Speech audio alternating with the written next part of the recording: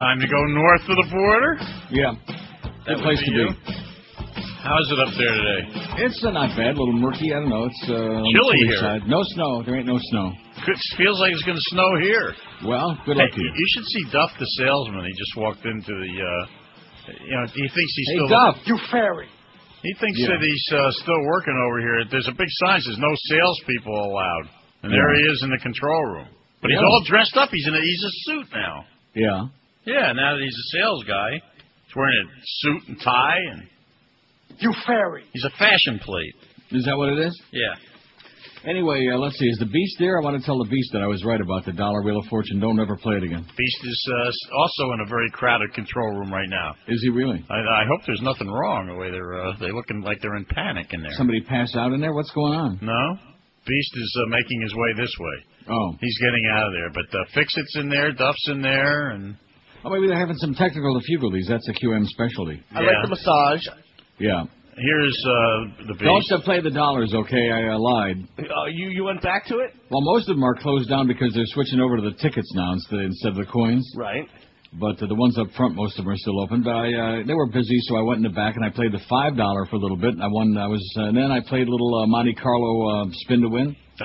And what are you laughing about? I was up about $1,100. How about the Blazing Sevens? I looked at the jackpots on those. Those are crap. There's just no upside. I want to play stuff where there's an upside, okay? So anyway, did you listen to what I just said? I got 2 spins on a $5 machine. Wow. And I'm up about $1,100 with that Monte Carlo. And then like a schmuck, I go back. We're hooked on that stuff. I told you. I go back there and I hit like $500 twice and 400, and I still lost. So to make a long story short, I gave back what I was ahead, but I didn't. Went home even. But that convinced me. Try other stuff. If you're going to play Wheel of Fortune, play the $5. There's no upside in the dollar. It's for suckers. Except for one schmuck, this nasty old bastard. He's playing a machine, and people are waiting in line. He reaches over and puts a $100 bill in the machine next to him. And he had no business doing it because there's other people waiting. You're not supposed to play 2 machines when it's busy. Right. And a bastard gets $3,000 on the line. Oh. Piece of crap. Ridiculous. I wanted to just puke all over him. Of course, nobody would notice the smell of Woodbine because it goes with the ambiance. Oh, what a place. Anyway, so I guess the Mad Dog had a little bit of a accident yesterday, speaking of hysteria. Mistaken identity? Yeah. Case of mistaken identity, and trashed everybody on Channel 6 for an hour. I didn't hear it, but I heard 5 reports about it. You heard it? Yep. Gave inside stories about people, all kinds of incestuous stuff going on there at Channel 6. Oh, I didn't hear that. That's what I heard. Didn't hear it, but I heard about it. I just heard him say that they better watch themselves over there because he's going to be the watchdog. Is that it? Or the Mad Dog. I heard there was a lot more than that.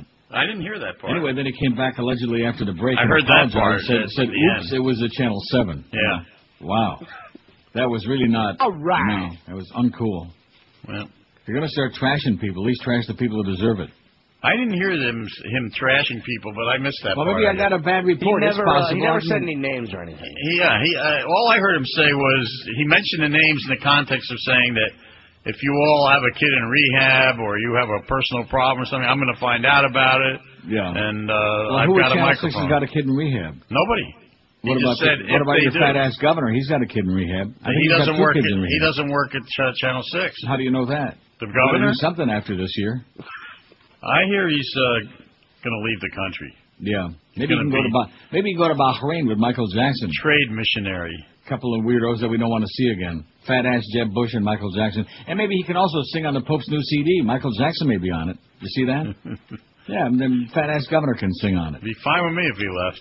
Oh, kiss him goodbye. Too late, though. Look at all the damage he's done. He can take Alan Brown with him. Downtown Alan Brown. And, of course, your new governor, what the hell's his name? The Attorney General. Charlie Chris. Charlie Gay. Chris. You fair. Right. And then maybe Mark Foley can be his better half. So what about this ESPN thing? This is very disturbing. This is just an ABC. Well, I don't want to put you on the spot because you work for those people, but nevertheless. Which what is an disturbing? Abortion. What an abortion. Oh, the group they put together? The Monday Night Football, the best they can do is Mike Tirico, who's, my little Minpin would have been a better play-by-play person than Mike Tirico. Joe Theismann, who's just marginal at best, barely tolerable, and Tony Cornholer. What is that? Huh? They keep trying to reinvent Howard Cosell, and it ain't Right. going to happen. And how many times have I told you that? They can't do it. There was only one Howard Cosell. Yep. It's like Einstein. There was one Einstein. There's not going to be another one. It's like anything. I'll tell you, Tony is very good at what he does. That what he does. Yeah. Oh, here he goes again. Yeah. Well, he's a great columnist. Yeah. He's a great humorist. So was Drew Pearson was a great columnist. Do you think he should have been on Monday Night Football? Neil, you're not listening to what I'm saying. Go ahead. Finish. I'm sorry. He's great at what he So does. was Jack Anderson. Go ahead. Now they're putting him in a different kind of an arena altogether. Yeah. Trying to recreate Howard Cosell, and as great Well, as he ain't Tony no Howard is, I Cosell. don't know that he can do that. Can't do it. So And Mike Tirico is so weak. I like You, Mike. you realize how desperate it is these days? You know, I guess what's happened over the last 20 years or so is that they've discouraged all the young people from trying to be play-by-play people because all the ex-jocks get the jobs. And as a result, there's nobody. I mean, let's face it. I know Al's a friend of yours, but Al and Madden, 6 more years. I mean, for Christ's sakes, what are they going to do? Bury them on the air? God Almighty, Madden must be 100 years old already. He's only And already 78. getting like a little long. Is he? 68. Yeah, well, it seems like 78. Good God. Get somebody new, and just like on all these, now that they got these 80 zillion games that they got to broadcast. Well, Fox and you CBS just said it. Who? Somebody new like. But first, that's what you I'm know saying. something, Neil. There is no you know new something, talent Neil. out there. That's why you got Mike Sam Tirico Rosen. is young. Yeah, He is. But maybe he's young, but he's not good. That's the problem. Well, then who do you want? Who's out Stan there? Major. How about Stan Major? That's a good name. Yeah. It's like you said. They what I haven't just developed said. There a lot is of no guys. new talent. I just got through telling you that because all the ex-jocks took the jobs, so now there are no budding young sportscasters coming along. Howard from Boca. Yeah, he's available. I said budding young sportscasters, not older than Methuselah. Although, to be honest with you, he'd be an improvement over Mike Tirico if he had any idea who was on the field. But he sure as hell does a better job than Mike Tirico with trying to be fair and not letting your prejudices interfere. That's correct. Which I know is impossible. Have you heard for you. Tirico do football? Yes, he did the Orange Bowl game. He sucks. Very boring. Aside from that, Yeah, and of course, along with Theismann and Tony Cornholer, that ought to be a really scintillating broadcast. It'll rekindle all those memories of. In fact, the only one it'll rekindle memories of is Gifford because he was the only boring one of the three. Oh, I got to be everybody honest with hates you. this guy. Cosell was great, but I didn't like Meredith. I never liked that crap with it. Turn out the lights, the party, and all the singing and the crap. I didn't like him. I mean, the broadcasts were fun because of Cosell, but not Don Meredith, Dandy Don. And then of course they had OJ on there for a while. He killed me and others. And who else did they have on? I liked Meredith. No, I didn't. I hated him. Turn out the lights, the party, a real redneck, real Yahoo. I'm not into Yahoo. I thought the combination of Cosell and Meredith worked. Yeah, that worked okay, yeah. But that was because of Cosell. If you take Cosell out of the mix, what do you got left? Well, Meredith did a pretty good job of being a foil at times. Yeah. Yeah, I thought it was. Yeah, well, it was a It was great entertaining. telecast, but most because of Cosell. I mean, Gifford is as vanilla as tapioca pudding. He's just terminal. And barely even literate. He's like almost illiterate. And it's true. I know you don't want to say it because he's not one of your buddies, but he's horrible. There just aren't that many great sportscasters. We've been through this a million times. The good sportscasters are all dead. God, there used to be so many. Remember Frank Lieber that used to do the Browns games? Yeah, I do. Oh, God, was he good? And Ken Coleman did the games on television? Well, Frank Lieber used to work for CBS. Frank Lieber was in Dallas. He also did the Cowboys, remember? Yep. He was great. And even Chris Schenkel is dead. Not that he was all that great, but he sure was better than Mike Tirico. He faked him out of his jockstrap. He faked him out of his shoes. That sticks in my mind. That's from like 50 years ago. That's a true story. Got a little carried away. And you couldn't say jockstrap on the air in 1956. I mean, God forbid. But he said it on live TV. That was almost as bad as Janet Jackson and her booby flap. Well, and of course they, bleeped a couple of words off the Stones thing there. The Stones, I think, are the same age as John Madden now, 110. Too much old fuddy-duddy stuff. I think it's time. By the way, who bleeped the Stones was done in the stadium. Yeah, was not done on television. Really? Although they were on a 5-second delay, they never used it. I think pretty soon the whole world is going to be on a 30-second delay. About 30, man. But they bleeped the Stones from the stadium. All cartoons will also be published on a 30-day delay. We'll have to clear it with the whole world first to make sure nobody gets offended. And then, of course, your president, and that service would not be possible with... Well, he ought to be on a 30-year delay, you know? After I'm dead and buried, then you can bring him back. I don't want to see him no mo. Oh, brother. In fact, I'd rather get Mo back than see this Bushmeister. Well, that's a Mo tough was good call. for a few laughs. Huh? Yeah, I know. So you don't mind that Monday Night Football thing. Well, I guess you want to continue working for ESPN and ABC, so you like it. I didn't say I liked it. I didn't say anything. Kind of reminds me of Marshall Cassidy calling the races at Belmont and Aqueduct. Same, you know, there's some nepotism involved somewhere. Remember Marshall Cassidy? Sure. God, he was awful. The Monday night thing is going to But have. Dave Johnson told me that he was like related to somebody. He was. He was bad. He was terrible. He wasn't as bad as Mike Battaglia, your good buddy, but he's just horrible. I don't think Mike Battaglia is good. He's brutal. No, he's not just not good. He's horrible. He's just embarrassing, humiliating, and degrading. But he's a nice man.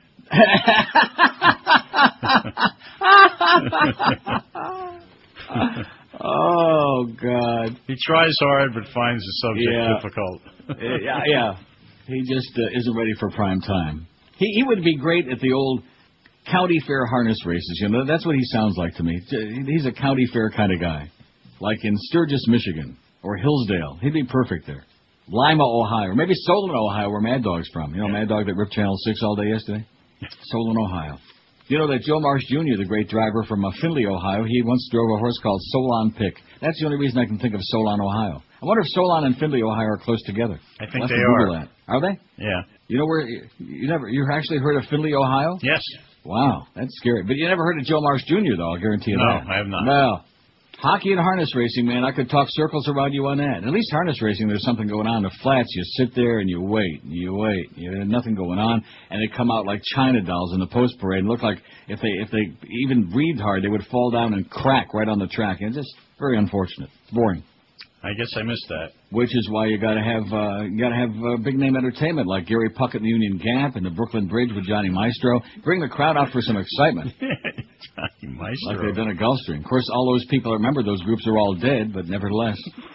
Who was I was yesterday, there was a story about some guy, Duarte, and I kept thinking, remember the jockey? He was really hot for about 10 minutes. George Duarte. Jorge Duarte, remember him? Yep.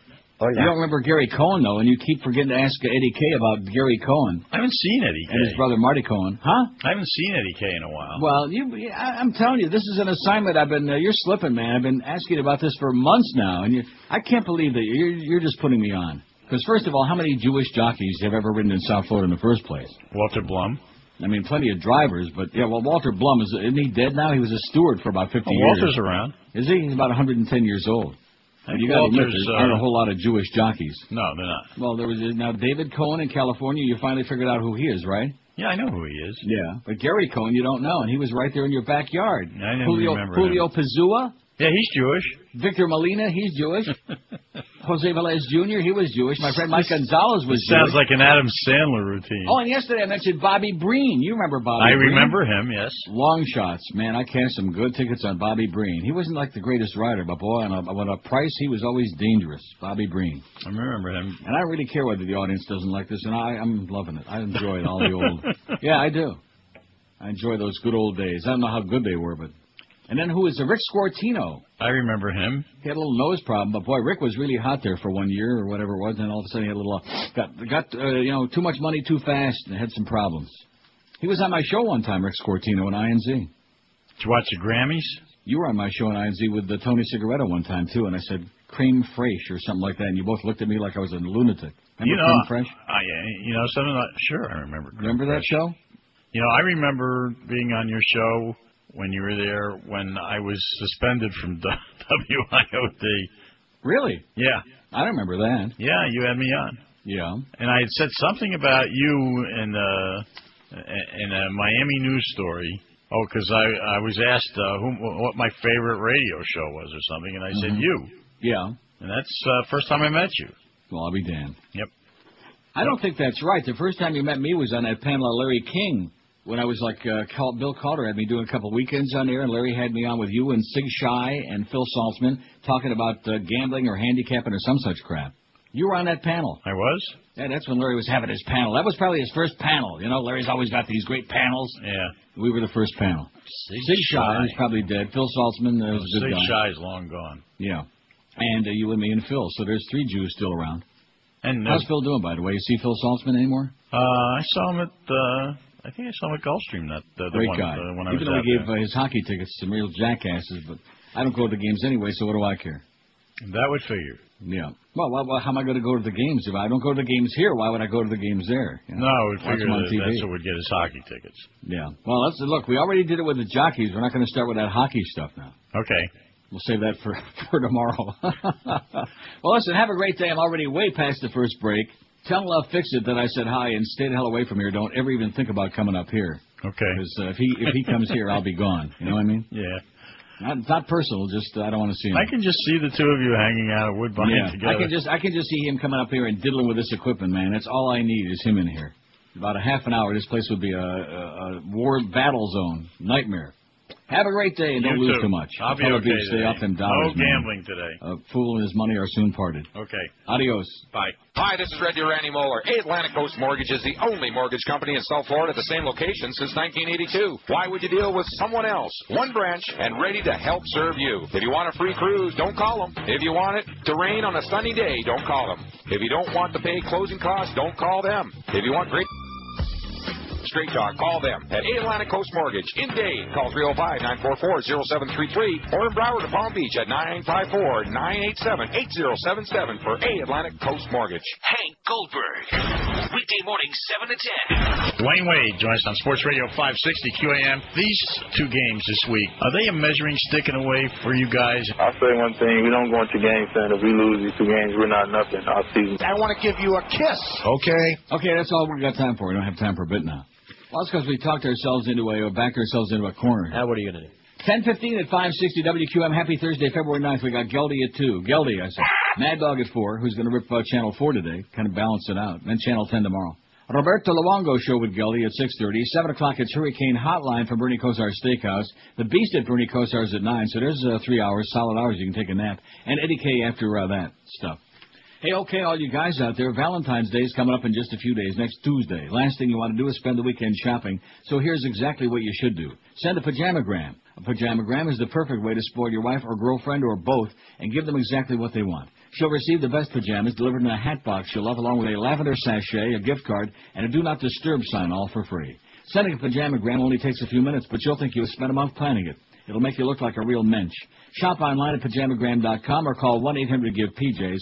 Find all the top brands from comfy to sexy. Great bath and body gifts, too. All the spa stuff that women just love. Plus, the packaging is amazing, so you don't have to wrap anything.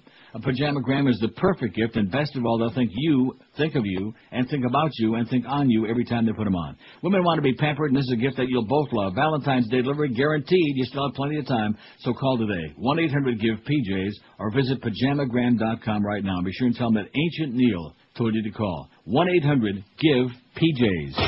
This is Neil Rogers. This is 560 QAM. We're the flagship station. I need a bum, I need a bum, I need a bum, I need a bum, I need a bum, I need a bum, I need a bum, I need a bum.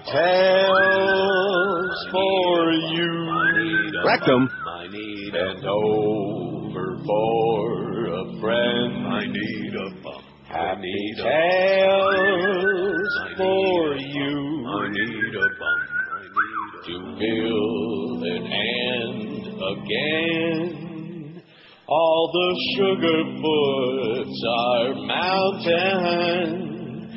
For a gusher they go plowing. Happy tales for you. I need a bum. Until let's meet again. I need a bum. Happy tales for you. The cow folks tan their hides. Happy tales for you. Saddle slide in Astro Glide.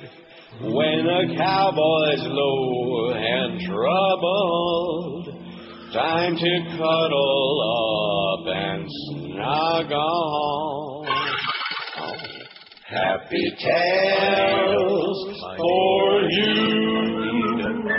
good Christian soldier men. I guarantee you, if the 1930s they would have had television, Hitler would have been on TV every day. Yeah. You know, propagandizing and brainwashing. And it took over for him. A terrorist named Al Libby was kept. See, there you go. But every day, what did I tell you? He's got his own show every single day on the Talking Head networks. Every day they got some contrived reason to have him on here. He's making a speech over here. He's talking a lot of crap over there. It's disgusting. So the good news is that I got my copy of Bare Ass Mounting right here that George sent me. Bootleg illegal copy, by the way, but too bad. That's right. My address is. I sure hope it's a fine copy. It's adequate.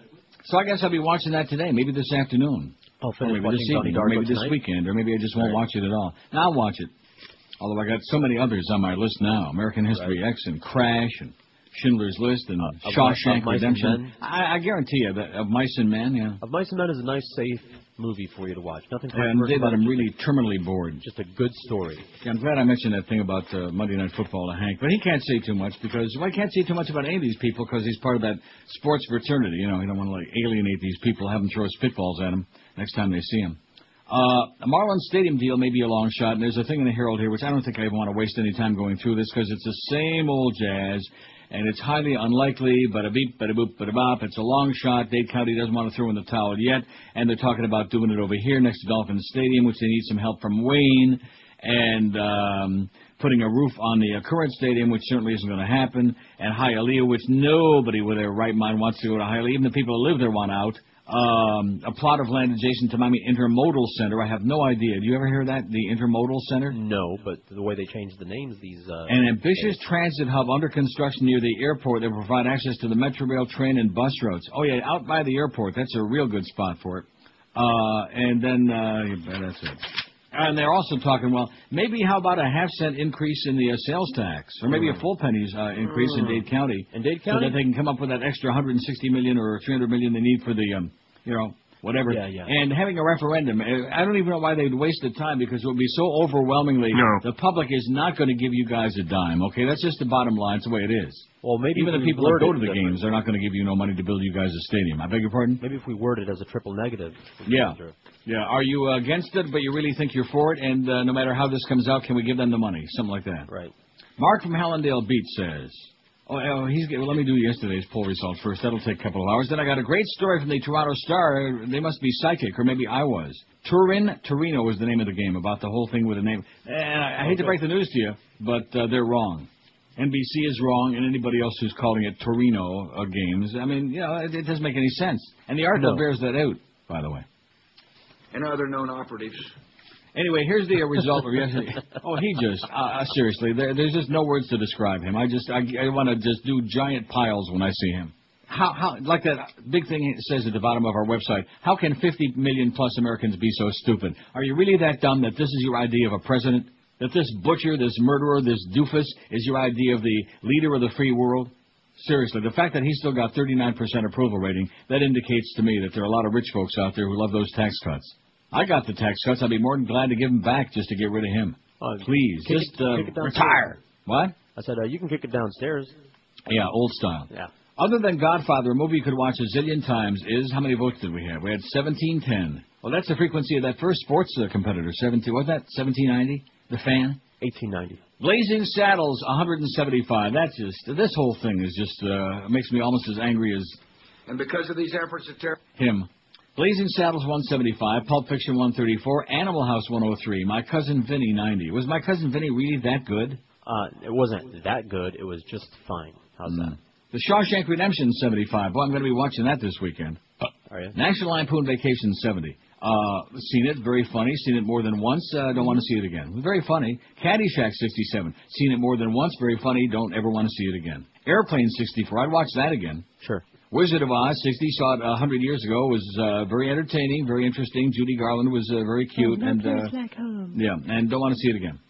The Great Escape, 57. Planes, Trains, and Automobiles, 54. Now, let's see. Steve Martin, was John Candy in that, too? Yes. Okay. Fargo, 53, with the great Frances McDormand and William H. Macy. Boy, she's just... Great. Huh? They both are great. Yeah, well, they're both great, but she just especially... Well, because everybody talks about him, I know who, but Frances McDormand... he's a little guy, kind of funny looking. What? The same producers and Frances also in Raising Arizona, which you should Right. see. Very funny. Haven't movie. seen that yet. Very funny. Add that to my list. Scarface 52, Goodfellas 49, Glengarry Glen Ross You fairy. 46, The Natural 41, Stupid Baseball Movie, Star Wars 39, Rocky Horror Picture Show 35, The Life of Brian 32, that's about the chicken neck, Lord of the Rings, About 30, man. The Good, the Bad, and Dave Dombrowski 29, Dan Druckenbrout, Heat 25, Office Space 23, The Big Lebowski 22, Dumb and Dumber 19, Reservoir Dogs 19, West Side Story 18, come on. The Silence of the Lambs and Smokey and the Bandit, Die Hard, Joe Dirt each had 17. 14, 14 for Coming to America and Sin City. The Day the Earth Stood Still had old lucky number 13. Casino 11, Let It Ride 11, 9 for the Canine Mutiny, Roger Rabbit, Rounders, 8 for Pink Floyd, The Wall, Little Big Man, 7 for The Exorcist and Spartacus, Half Baked for 6, Platoon 6, 5 for Standing in the Shadows of Motown, Lethal Weapon, Minority Report, Sling Blade 4, Longest Yard 3, Karate Kid 3, and 2 for Ben-Hur and Imaginary Heroes. My choice was dead last with Ben-Hur. What's that? You asked me if I care. I don't care. If it was on again right now, I'd tell you go to the show. I'll watch it again. I just like it. And not just Emil Hirsch. I love Sigourney Weaver in there and Jeff. See, the part about the bastard father, I can relate to that. Why is it that there's so many bad fathers? I don't know. I mean, mothers can be a real pain in the ass, as you might know, and I know, but fathers generally tend to be the real hard-bitten bastards, especially fathers of guys. I think fathers get along better with their daughters. Okay, well, I only have daughters, so I get along let's see, there you go. But fathers and sons is just, generally speaking, almost always something really hostile. I don't know. Well, certainly if the son's gay. Oh, and what about if 2 sons are gay? Oh, my really God, that'll put you over the edge. By convincing people across the Muslim world. 28 past 10 at QAM. This is Neil Rogers. This is 560 QAM. Rogers, God. Arriving this summer from executive reproducers Brad Pitt and Angelina Jolie comes the blockbuster birth you've all been waiting for.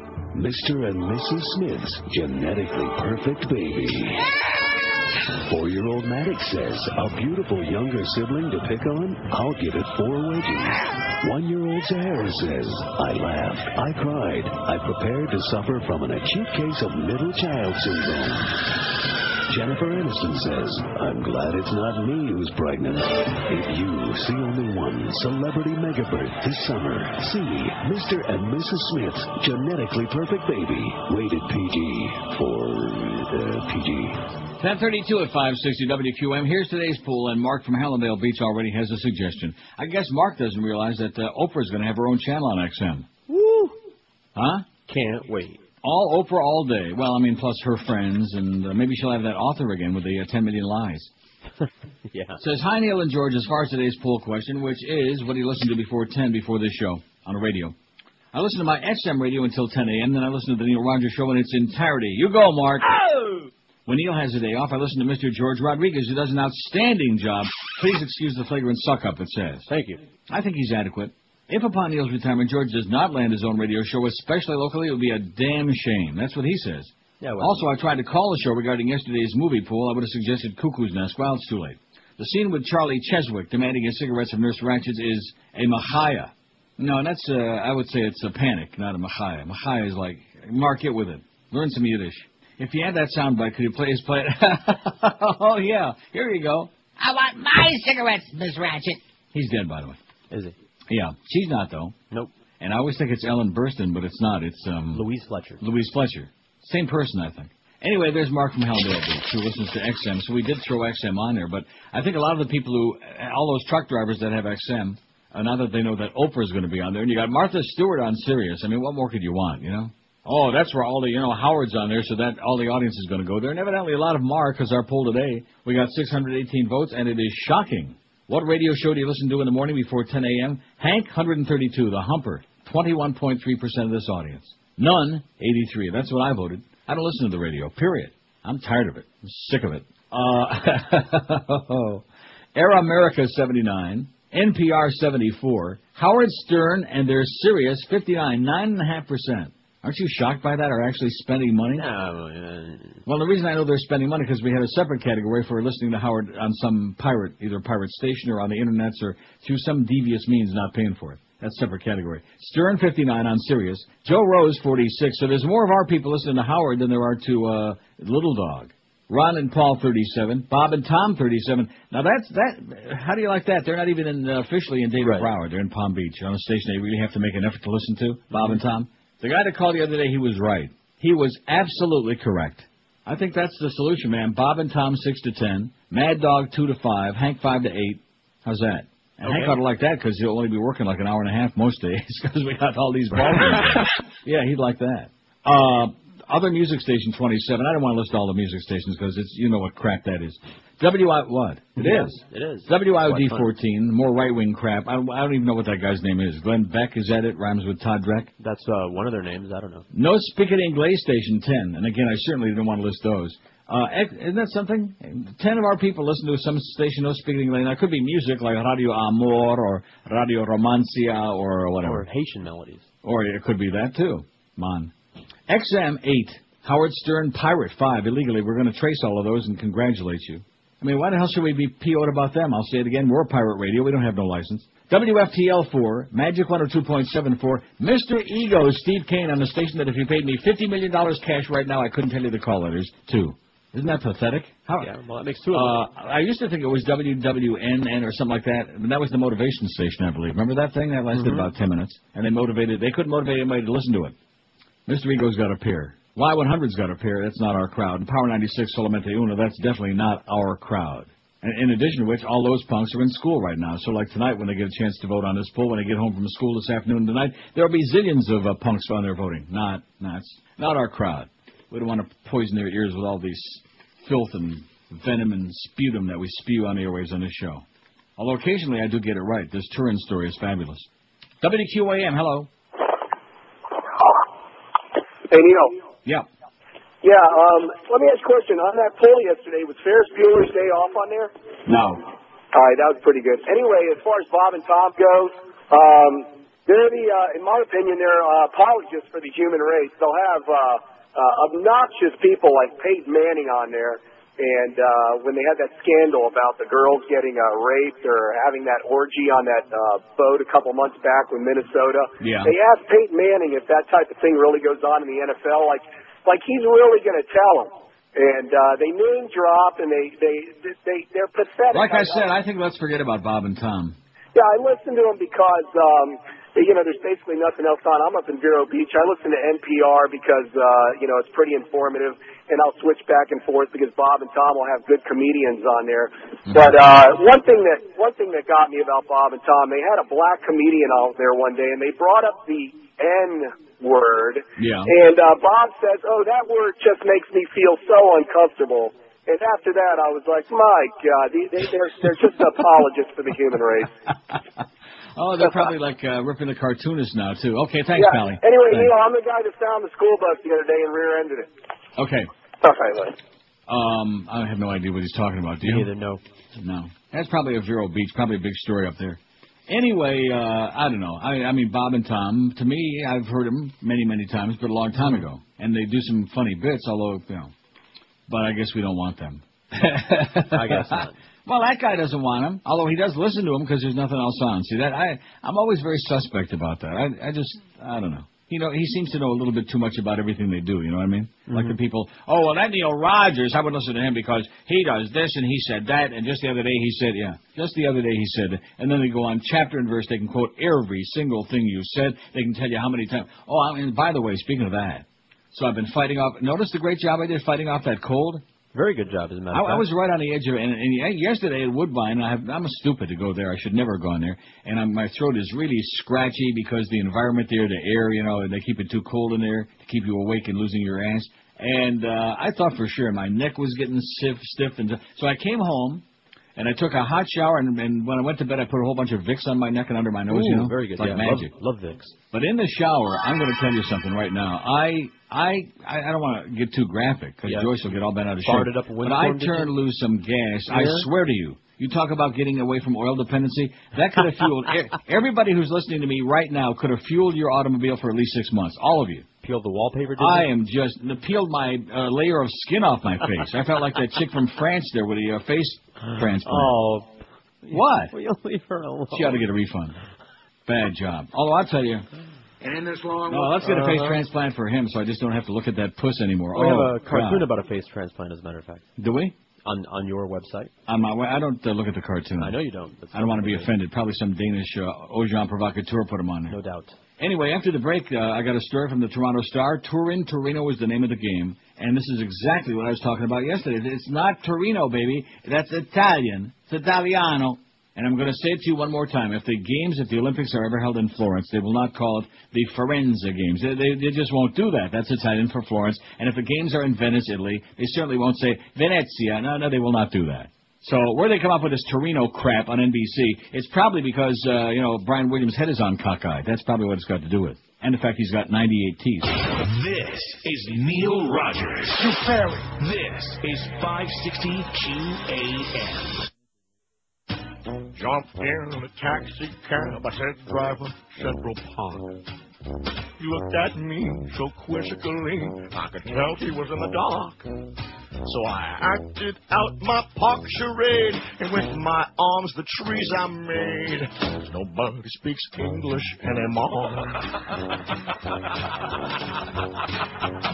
I went down to Miami Beach where the weather is nice and sunny. I walked into a liquor store, but the guy there talks real funny. So I asked him for a pint of old Jim Beam. He says, "No entiendo." What does that mean? Nobody speaks English anymore. At the corner deli. Hell, I think I'm in Pakistan. Speak English, smelly. Or you can go back to Iran.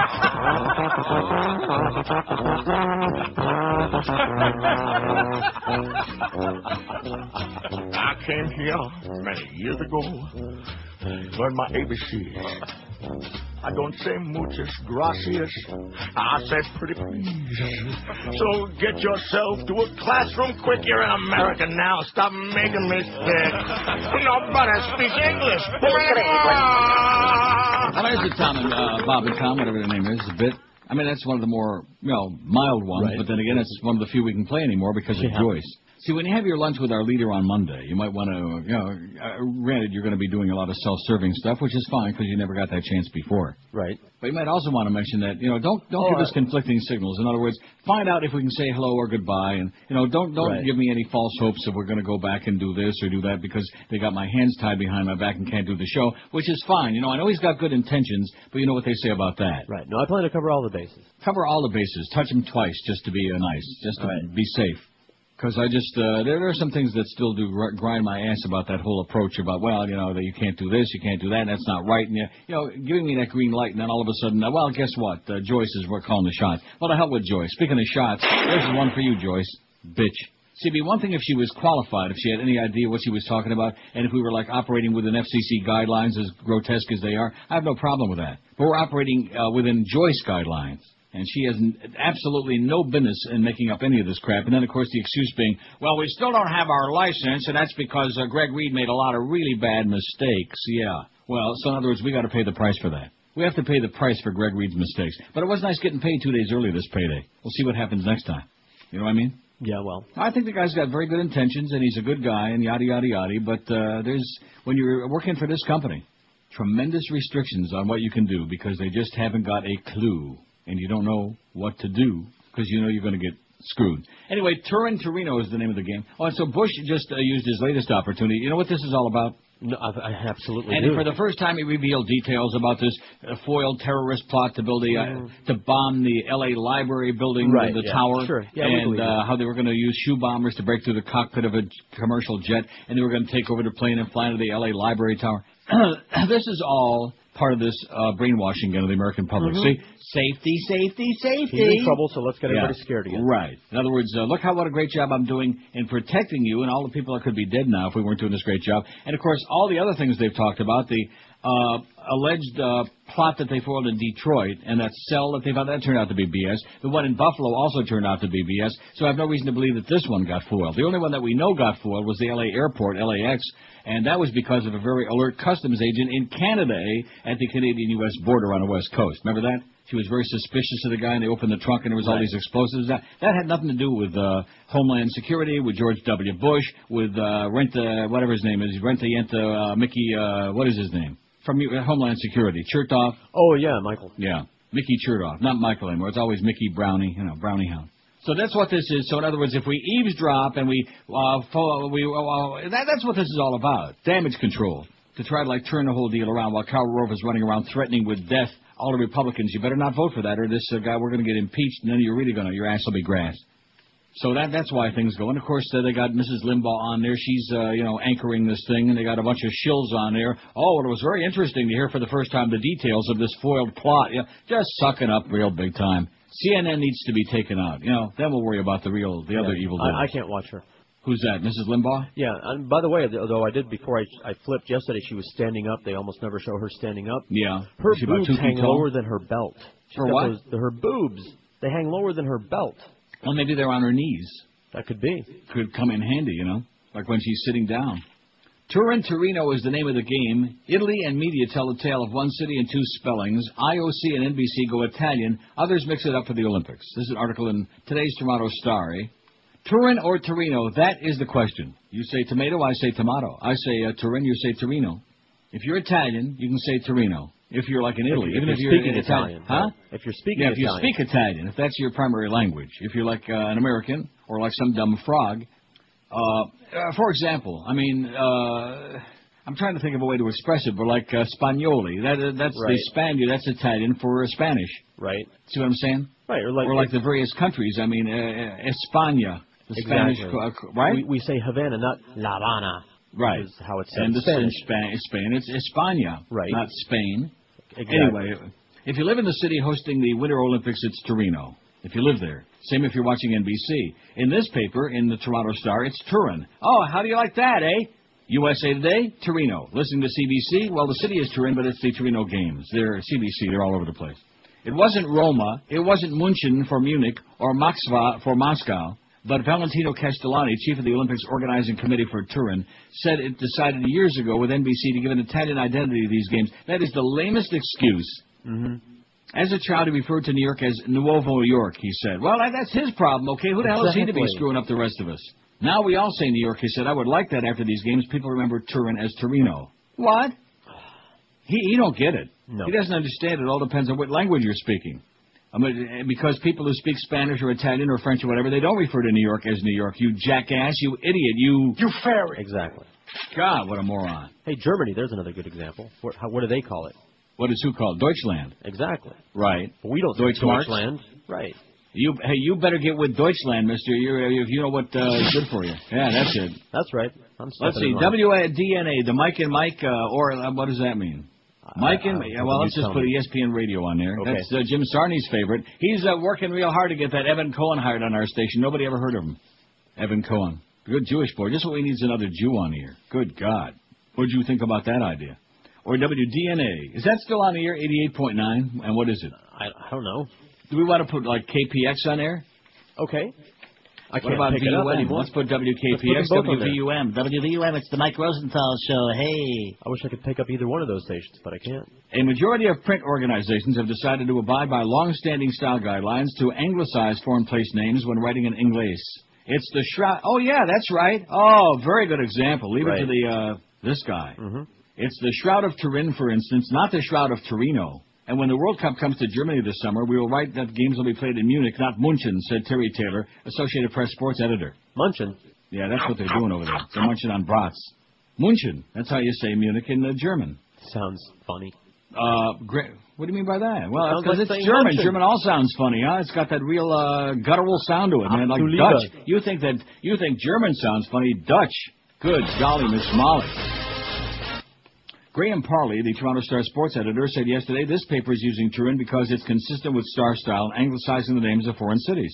we write about Rome and Florence, not Roma and Firenze. Looking ahead, we'll write about the 2008 Olympics in Beijing. I hate to even think how the Chinese spell it. Beijing. Yeah.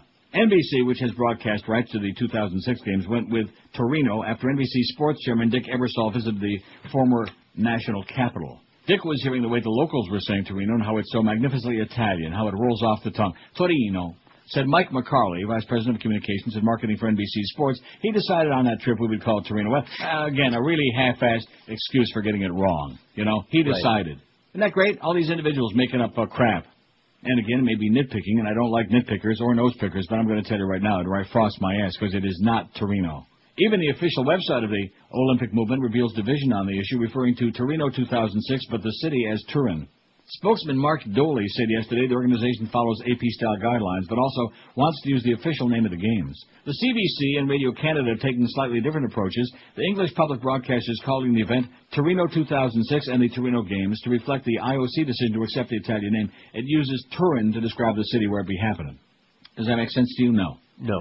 With the possible exception of some graphic elements, the French broadcaster will refer exclusively to Turin 2006, said Radio Canada spokesperson Guylaine O'Farrell.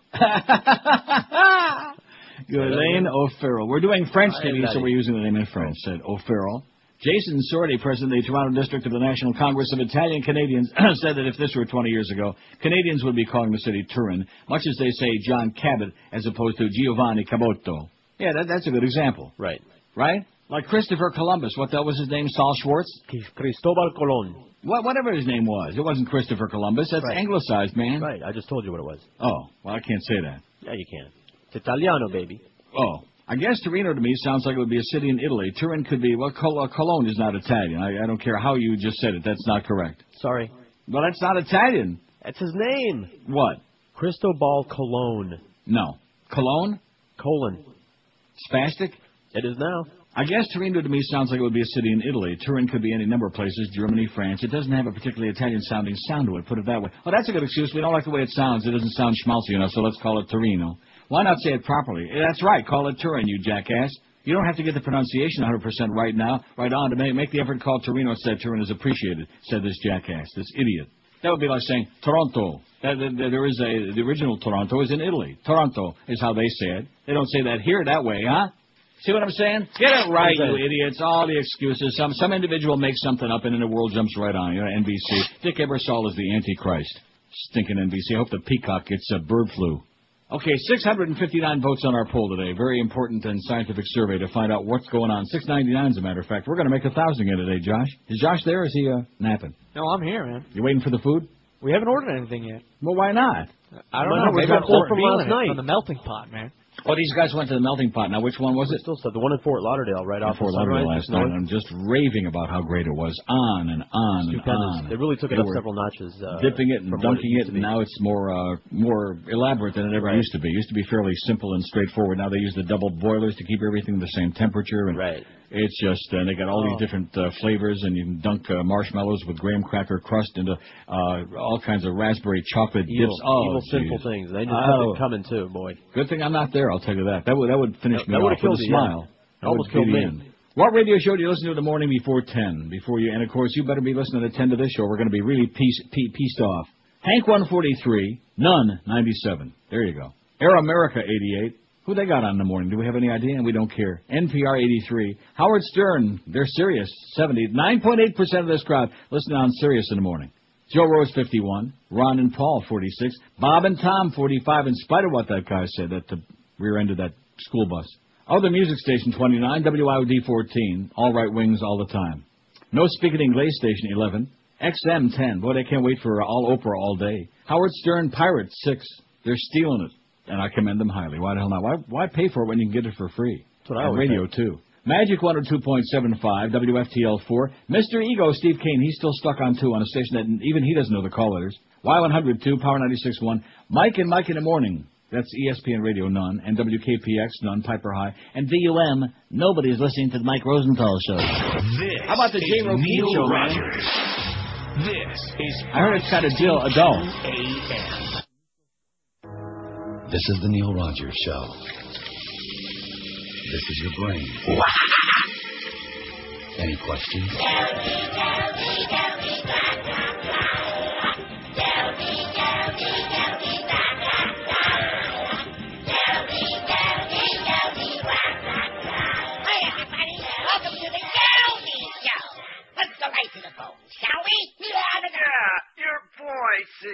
show. It's punishing. Play a record or something. Anything. A record? They still make those. I don't care. Play anything. Can't stand it. Huh? Just play anything. Can't stand it. Oh, I got Peter King journalist here now. Is this Peter King? Sure. That's right. I'm Peter King. I know I gotta interview you. It's a big deal and stuff, but can I ask you one thing? Go ahead. Who are you? What do you think I am, Noodle Brain? I'm a sport hole, see? What? Look at that! The place is on fire! The whole thing's burning down! Somebody tie my boy's legs together. It's worse than asshole in his mouth!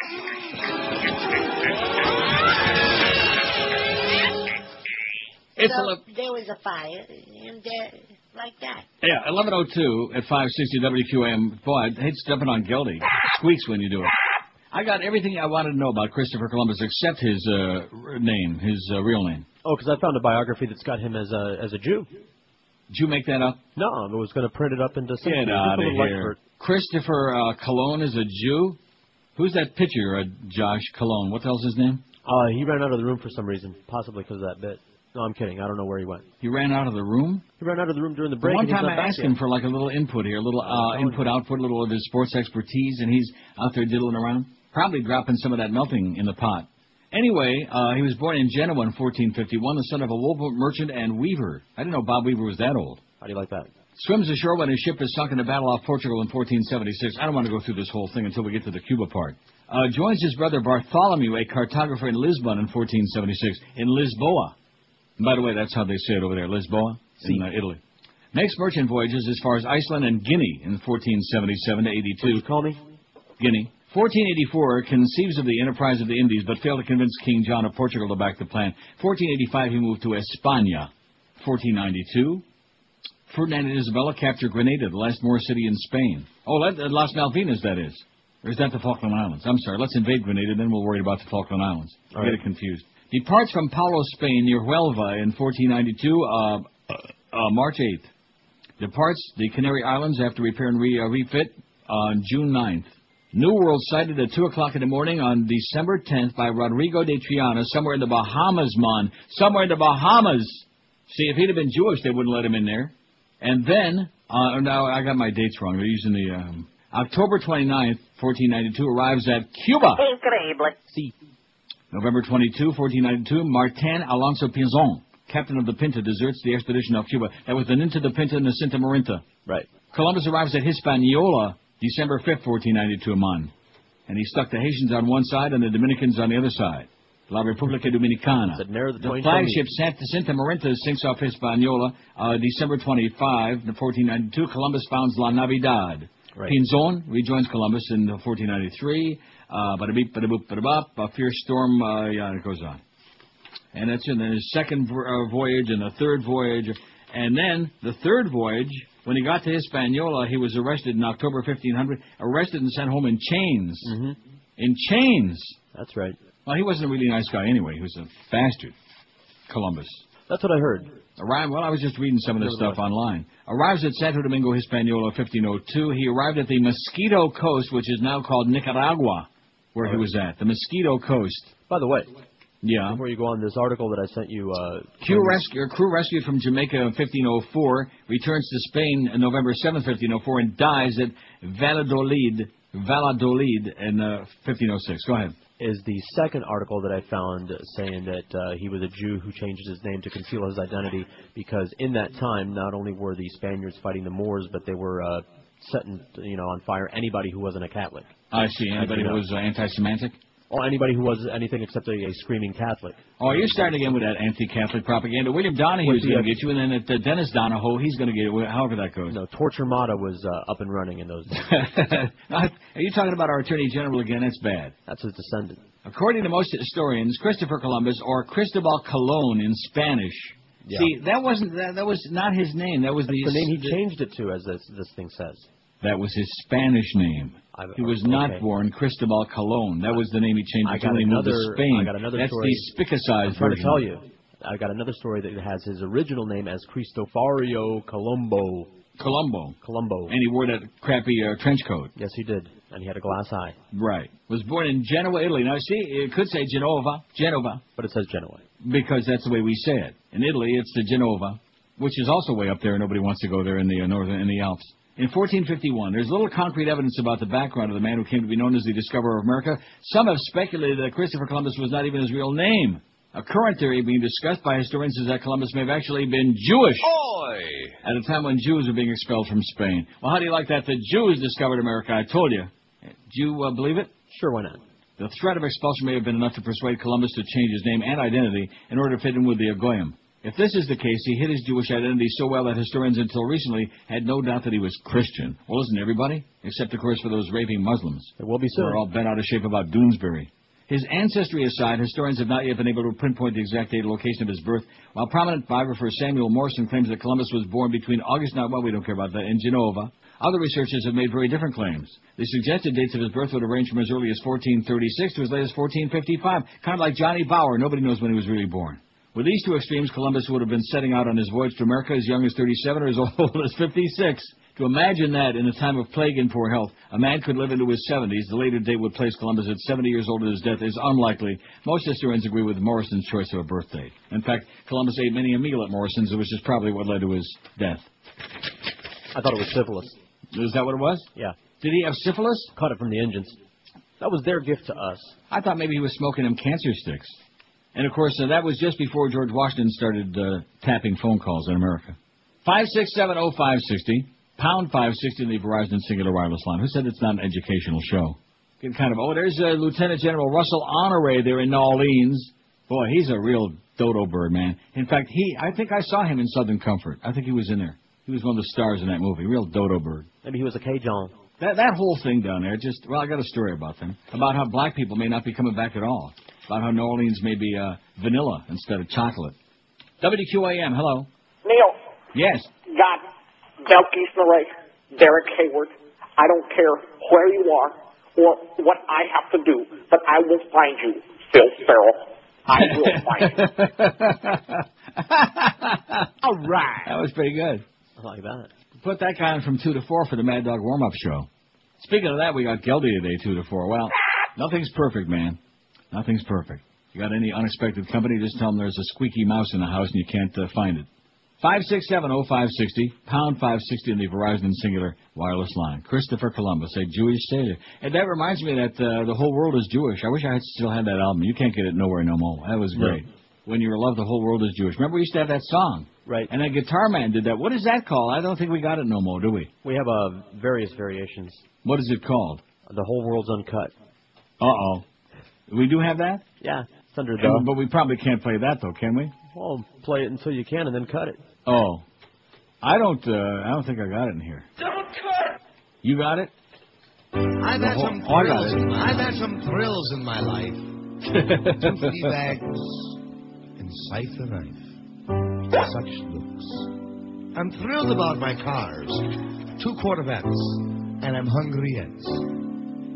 But the thrill of thrills that gave my trout the clout was the thrilling evening when I thrillingly found out Luis Miguel is uncircumcised. Can you believe it? Increíble. It's such a pile of crap with a little flap. Gary Bruce once was but couldn't retrieve it. We had such little hope with just an electron microscope. Jazz McKay won't show it. Andrew Michaels is all too willing. No! Randy's Jim once did, but then it wasn't too fulfilling. Marvin's uncircumcised, but can't believe it. George smiles all the while, despite the smell. As a matter of taste, the whole world's uncircumcised since I fell for Luis Miguel. Easy on the carbuncles since I fell for Luis Miguel.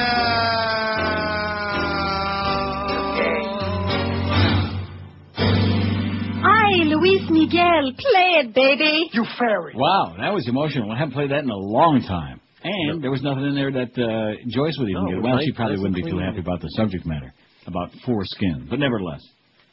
Weren't we just talking about our forefathers? Yes, we were. 5670560. What am I giving the number out? We got to do a little break. 12 minutes past 11 at QAM. Valentine's Day is coming up on Tuesday, just a few days away. Last thing you want to do this weekend is spend the whole weekend at the mall scratching your head trying to come up with a great gift idea. Here are 3 words for you. Vermont Teddy Bear. Call one of their bear counselors at 1-800-829-BEAR, and they'll help you pick out the perfect bear for your wife or girlfriend or both. They'll deliver right on Valentine's Day with free chocolate and a gift card in their famous box. Ask about the Love Bandit bear, the Loverboy bear, the Mad About You bear, or the new Red Hot Redneck. For about the price of a dozen roses, you'll be giving her something she'll love forever. She'll be squeezing it. Vermont Teddy Bears are the only bears handmade in America and guaranteed for life. And best of all, she'll be thinking about you every time she hugs her bear. So make this the best Valentine's Day ever with a gift she'll love. And always remember, call 1-800-829-BEAR or shop online at VermontTeddyBear.com. Send a creative alternative to flowers, and don't forget Valentine's Day delivery is still absolutely guaranteed. Tell them that old Neil told you to call 1-800-829-BEAR. 1-800-829-BEAR. This is Neil Rogers. This is 560 QAM. This is Mayday. What was I thinking about on the boat? Hey, Al. Ain't you Joe Pesci? Yeah, that's right. Well, allow me to introduce myself. I'm Mo Howard David, delightful star of Sport Hole Radio and Salad Bar Theater. Good for you. Now, if you don't mind, I want to get a party here. It's not like me to gush, but can I take a picture of you, huh? No. Come on. No, I don't want no pictures. Okay. Well, how about raping me? Rape you? Yeah, you haven't done that yet. What are you, some kind of clown? What are you, a comedian or something? Okay, a picture. Did you hear what I told you? No picture. Hold it. I think you're going to like this one. Come here. I said no picture. Give me that cat. Oh, not my Polaroid swinger. Come on, give me that cat. Here, go buy a new one. No, wait.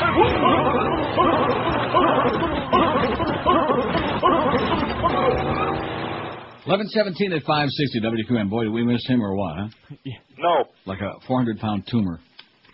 Ready for more Oprah XM Hazard for all you satellite radio geeks out there. Oh, yeah, it's going to be really great, Neil. You're just missing the boat. Martha Stewart and Oprah and Lynn Samuels. What a star-studded lineup. Huh? They got Howard and that's about it. Sounds great.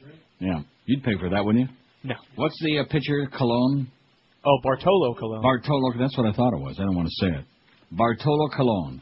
Maybe he's kin to Christopher Columbus, that Jewish sailor. I'm sure somehow. Because in that, what, George leave now, too? Yeah, he's taking a deuce. I see. Well, I tell you, the melting pot sent everybody right to the pot this morning. Is that where you were? I went last break. It's his turn, I guess. No, that's what I'm talking about. Last break you were AWOL, and now he's AWOL.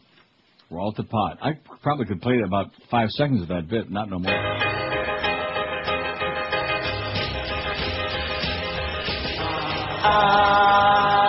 Yeah, that's about it. We'll get joiced if we play that whole thing. XM Satellite Radio has signed a 3-year deal with Oprah Winfrey's Harpo Radio to launch a channel featuring the popular talk show host, the subscription radio company said today. Oh, my God. Amen. The deal is valued at $55 million, according to Reuters. Oprah and Friends, which will start broadcasting in September, will feature original programming from Harpo Radio. That's Oprah backward. Oh, including a weekly reality radio show with Winfrey and her best friend, Gayle King. Who? XM Research said in a statement. Gayle King. I wonder if she's kin to Larry. I doubt it. Daily programming on the channel will cover topics ranging. I bet you all those truck drivers that Joe Costello says listen to XM Radio, they'll love Oprah, won't they? If you were like a big old truck driving guy driving a big rig, stopping at all the truck stops, meeting and greeting. Daily programming on the channel will cover topics ranging from nutrition and fitness to self-improvement and current events. Several popular Oprah personalities, including Bob Greene and Dr. Mehmet Oz, will appear on the show, whoever the hell either one of them are. Oprah Winfrey is a prolific force in our culture whose unprecedented achievements in TV, film, publishing, and philanthropy will bring an amazing radio experience to the XM nation of subscribers. Hugh Panero, president and CEO of XM Satellite, said in the statement. Winfrey has been caught up recently in a media storm involving James Fry, who admitted to lying through his teeth about many events in his memoir, A Million Little Lies, Pieces. Winfrey, who selected the book for a popular book club, initially supported Fry, but later challenged the author on her own show and criticized him for betraying readers in her very phony, indignant, "Oh, you're making me look foolish, and I've only got $1 billion." Oh, too bad, Oprah. And who you think you're fooling somebody with that Stedman crap? I don't think Oprah is. Gay. I don't think she's doing anybody. So I got Bare Ass Mountain here, mounting, and I can't wait to watch it. Good. I can't wait for the report. I don't know. Maybe I'll watch it tonight. Maybe not. I guess by tomorrow morning I'll give you my review on Bare Ass Mounting. Right. Especially the how many. Well, that's seconds going to be those one of the breasts are Olympic events at Torino. Bare Ass Mounting. Going to be using them polar bears. They came all the way down because of the melting of the polar ice caps. 5670560, pound 560 in the Verizon and Singular wireless line. WQAM, hello. This show is nothing without Mo. Yeah, okay, great. WQAM, hello. Yes, 560? I beg your pardon? Hello? Yes. Hi. Listen, I was just going to add a little bit to the Christopher Columbus stuff. I'm sorry, I'm calling it a little late, but... What do you mean a little bit late? It's never too late, man. Okay, well, So listen, say you're sorry. Christopher Columbus was definitely Catholic because he spoke Latin, and he didn't speak any Spanish. He's a big Spanish hero, but he didn't speak any Spanish. I'll be damned. Yeah, so he was definitely a Catholic guy. And Isabel, the queen, she loved him because he spoke Latin. See, none of the Spanish guys spoke Latin, and she loved to speak in Latin. I heard that all the queens loved him. Well, Well, I heard. That's the story going around. I think they See, we both learned something today. Have a great day, Pally. All right, thanks. Okay. Good Catholic boy. Baruch atah. See, that's Catholic. And you wear that beanie on your head, that's Catholic. Right. How the hell would anybody really know? And who cares when you come right down to it? Why did you even bring that juice? Why did you bring that up? Oh, we're getting Always so many getting that facts juice on stuff this. in Did you know here. that this was all very controversial? What's that? All this Christopher Columbus stuff, because there are other theories that he was actually Spanish and not Italian after all. So I got a fax here saying that, and then I got another fax saying that most Jewish historians don't consider that Columbus was Jewish and refute that. And then this other one that I'll... Next thing you'll be telling me that yeah. Jesus wasn't Jewish. By the way, this one fax that's calling me an idiot Yoshki, I'm sorry. for saying that the Europeans were the ones that gave diseases to the Indians. Yeah, but see, syphilis was part of the what do you call it? Like the Indians had it, but they didn't really have any symptoms of it. You know what I mean? It was benign in them, so they gave. Let me ask you this to question: Columbus. Did you see Phyllis? Yeah. So she still look like Senior Wentz's this hand? person who called me an idiot, they're an idiot. George, learn your history right. Josh, you've seen Phyllis, haven't you? She looks like that hand puppet that Senior Wentz's used to do. Sarai. That's what the water Nazi looks like. Now, you know it. I'm telling the truth. I'm sorry, I didn't hear you. Oh.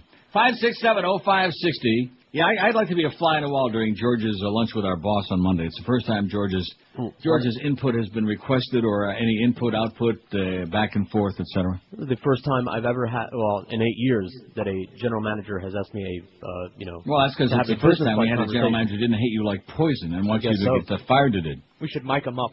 Yeah. Oh, yeah, we should tape it. I want to hear this exchange. Bada-beep, bada-boop, bada-bop. And, of course, if we did mic him up, he'll wimp out. I'm wired. He talks a big game, on the air and way. But once he's sitting there face-to-face, eating that sushi. What do you want me to say about this? Fax me down a list of things to go over. No, I don't. I'm not going to put the words in your mouth or anything else. You say whatever you want to say, whatever's on your mind. That's what he wants. And, of course, I know that Norma Kent is going to be having lunch, or maybe already did, but I sure doubt it because he's too busy cashing the check I sent him. That Norma, man, is he on top of it or what? No follow-up, no follow-through, no nothing. That's Norma. Too busy doing his own silly-ass radio show there at that... in fact, who told me that he ran into Norma Kent? Somebody was telling me that the other day. Who did I talk to that would have told me that? Duff? No. Somebody was just telling me that they ran into Norma doing his radio show at the Floridian on a Sunday morning. Now, who would I have been talking to down there that would have ran into Norma? I think that was Duff. No, it was not Duff. It was absolute. Duff told me that in there? Pretty sure. Oh, yeah, Duff told me that. I told you. Duff. You fairy. Are we talking about Duff or Norma? Let's see. The rumors about Christopher Columbus being Jewish are thought by most Jewish authorities to be incorrect. Correct. Wait a minute. Incorrect. Correct. However, there's a strong indication that Columbus did have Jewish ancestry and followed some Jewish customs. I guarantee he didn't eat no trape. He wasn't eating no bacon cheeseburgers. He is thought to have had a Jewish grandfather.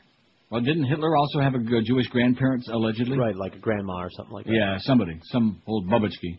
It is known that the sailing of his first expedition was delayed because he waited until after the holiday of Tisha B'Av. Oh, this is the best fax we've ever had. Thank you, Howard the Faxer. And it says not Howard the David did. He delayed the sailing of his first expedition because he waited until after the Jewish holiday of Tisha B'Av. How do you like that? I thought I was the only other person in the world that ever even heard of Tisha B'Av. which is the 9th of the Hebrew month of Av, remembered as the day of Judaism, where most things bad took place. Oh, God. This includes supposedly the Spanish Inquisition, also launched in 1492, as well as supposedly the destruction of both temples, the beginning of the Holocaust, etc. How do you like that? Huh. Never, ever do anything risky at Tisha B'Av. All right, don't launch a ship. Wow. Frank says, you are incorrect, sir. You are correct. Christopher Columbus was Spanish, not Italian, or from Portugal. Well, I'm reading it off the Internet, so I don't claim to know any of this crap, okay? He changed his name due to the fact that his noble family was at war with the Spanish monarchs. His ship was sunk and he survived, at which point he changed his name because he wanted to hide his true identity due to the fact that his family lost the war. The Spanish queen, I've known many of them. Oh, yeah. Would have never given him money for the voyage. That's why they talk like that. Gracias. Would have never given him money for the voyage if she knew his true identity. Finally, he married a woman that was born to a noble family. Back then, if you couldn't prove your bloodline, you couldn't marry into a noble family. The person in Italy who was thought to be Columbus was from a peasant family, not noble. The whole investigation can be looked up on the History Channel website, Frank. Well, if Frank did on the History Channel, I feel, I'm leaning toward them. Not that I care about any of this, but it sure kills them fabulous time. And here's another one says, George, learn your history right. Although it says lean. Well, you learn how to spell, and George will learn look at the scrawling. Yeah. The Europeans gave the diseases to the Indians, not the other way around. Idiota. 1, syphilis. 2, the common cold. 3, lice. 4, gonorrhea. I love the spelling of that. And more. The diseases practically wiped, it is spelled right, but it's bad penmanship. Wiped it out half the Indians in what is now Haiti, Dominican Republic, Puerto Rico, and Cuba. In other words, they're almost right. I saw a Discovery Europeans Channel did show. not shower, it said. I know they didn't shower. Well, what do you mean did not shower? I guess they still don't. No, they're used to it. Syphilis was indigenous in the Indians, and it was benign in them, but when the Europeans started having sex with the Indians, they got the nasty. One thing I'll say about America and about Canada, and that is that most people shower at least once every few months, as opposed to so many other places in the world. And then, of course, some of the people that come here from those places, like some of the people from India and Pakistan and some from the Middle East also are not, they're very nervous about dropping that soap. Maybe it's kind of a cultural thing. There's this thing called body wash. You might want to try it. You just squeeze it, which reminds me, we've got to find some new exciting body washes. I'm getting really bored with the 9 or 10 bottles I got sitting on my counter during the shower. Even the orange stuff, whatever that is. All right, I just found the definitive St. list. Ives. Yeah, Huh? I just found the definitive list from Wikipedia of Columbus names. Apricot. And there's Okay, a well, list. when we come back after the break, we'll do this whole... I didn't realize we were going to do this, and, of course, you can never start planning too early for Tisha B'Av. 11:29 at QM. When you're shopping for shoes, plan to make one trip, and that's to Brandy Shoes in Pompano Beach, and stock up on great name brand shoes for you and the whole family at unbeatable prices. At Brandy's, you'll find all the top names. They got Echo and Florsheim and Rockport and SAS, New Balance, Mephisto, all the others. And Brandy's professional shoe fitters will always make sure that you and everybody in the family gets a perfect customized fit of your favorite comfort shoe. Ask for Arnie. He'll take the best care of you there at Brandy's. The pros there specialize in wide widths as well. If you got big, fat, platypus-type feet, no problem. They can give you a perfect fit. So Brandy's is worth your trip from just about anywhere in town because they have an unbeatable combination all year round. For comfort, style, fit, value, and selection, it's Brandy's Shoes, where there's always something special going on, by the way. And you'll find Brandy's at 1290 North Federal Highway in Pompano Beach, open daily Monday through Saturday till 9 and Sundays till 5. And this week something special is it's a great time to buy SAS shoes. Take $20 to $40 off the retail price of all great SAS men's and women's styles this week, so be sure to get into Brandy's or do your shoe shopping on their website at brandyshoes.com. This is Neil Rogers. This is 560 QAM. Harvey, stand by for news. It was this little girl's first day of school, and the teacher asked her what her name was. The little girl replied, Happy Butt. The teacher said, honey, I don't think that's your name. You need to go to the principal's office and get this straightened out. So, the little girl went to the principal's office, and he asked, what's your name? And the little girl said, Happy Butt. The principal called the mother to get this straightened out once and for all. After getting off the phone, he looked at the little girl and said, honey, your name is Gladys, not Happy Butt. Then the girl exclaimed, Gladys, Happy Butt, what's the difference, Paul Harvey? I know. Good day. What radio show do you listen to in the morning before 10? That's our poll today. We got 815 votes. Hank, 155. The Humper, none, 115. Air America, 98. NPR, 95. Howard Sperm on Stereo, 79. Joe Rose, 64. Bob and Tom 53, and they're not even in the market. That's pretty good. I said Bob and Tom ought to be on the morning. I think so. Hank back to the afternoon. In fact, Mad Dog back to 2 to 4 because we got to demote him for take 1 hour away after what he did yesterday to Channel 6. Ron and Paul 52, other music station 32. Look at that. Bob and Tom edge out Ron and Paul, and they're not even in the market. Does that tell you a lot? Other music station 32, WIOD 18, all right-wing propaganda all day. No Speaking English station 12, XM 11. They're waiting for Oprah. Mike and Mike in the morning 8, Magic 102.7. Ricky Ticky, is he still on the morning on there? We don't know. 7. Howard Stern, Pirate 6, through devious means. WFTL 4. Mr. Ego, Steve-O, still got the same 2 votes. Him and Brian Craig both voted. They got 2. Power 96 2. Y100 2, KPX, Piper High none, and VUM none. So evidently, you're not the only one who can't pick up those signals. Right. Or the people who listen to them don't listen to us. That's, you know. And of course, VUM. Why would anybody on the UM campus listen to this show? Especially with our hostile attitude toward the Hurricanes, right? Screw them. Now let's see. Somebody sent us all the different ways of spelling and pronouncing Christopher Columbus in 18 million languages. My favorite is the Georgian and the Japanese. I love those letters. I don't know what those symbols are. I don't know, but ain't it like the George? I don't think I've ever seen that Georgian writing before. No. Those look like wingdings. The Hebrew one, I actually can read that. Christopher Columbus. Okay.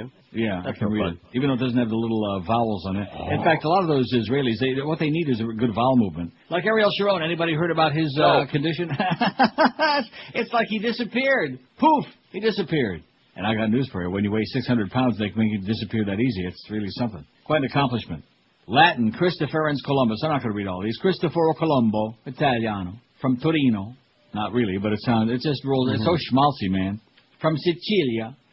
Cristobal Colon in Espanol. See. And by the way, since he was writing everything in Spanish because he was working for the Spanish, that's the identity that he was using during that whole time. Cristobal Colon. Right. Colon. German, Christoph Columbus. Christoph. Polish, Krzysztof Kolumb. And it goes on. All the different. Turkish, Christoph Kolumb. Those Turks just can't come up with nothing original. Although I still do like that Turkish taffy. Remember we were talking about that? I haven't had that in 100 years, which is good. That's probably still why I have my teeth. Right. Notice I didn't send you any. Why? Somebody brought you some? No. Oh. No, but we found it on the Internet. I could have ordered it. Oh, I'm sure that John Jarris will be sending me a whole bunch of Turkish taffy real soon, with like extra sugar in it. He has vase. Well, he's carrying on Hitler's work, you know. You know, somebody's on the patio. I never saw that before in my life. Are they mooning you? The apartment up above me, no. You can't. All I can see is the bottom of the patio, where the overhang. That's what I meant, bottom.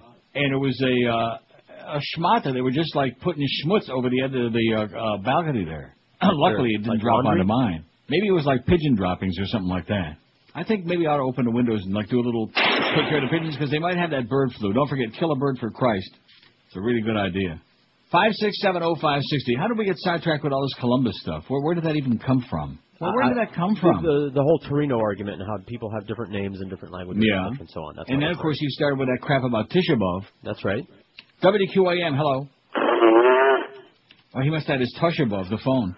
WQAM, hello. Yes. Hey, I got my Sirius hooked up. I'm waiting for you to sign up. Yeah, sign up what? Well, you get on the air so I can listen to you. Okay, hold your breath. We'll let you know when to exhale, schmuck. I'm waiting for you to sign up. Yeah. 5670560, pound 560 in the Verizon Singular Wireless line. It's because he's got it. That's why I don't want to be on it. I don't want to catch nothing. I don't want to catch no disease.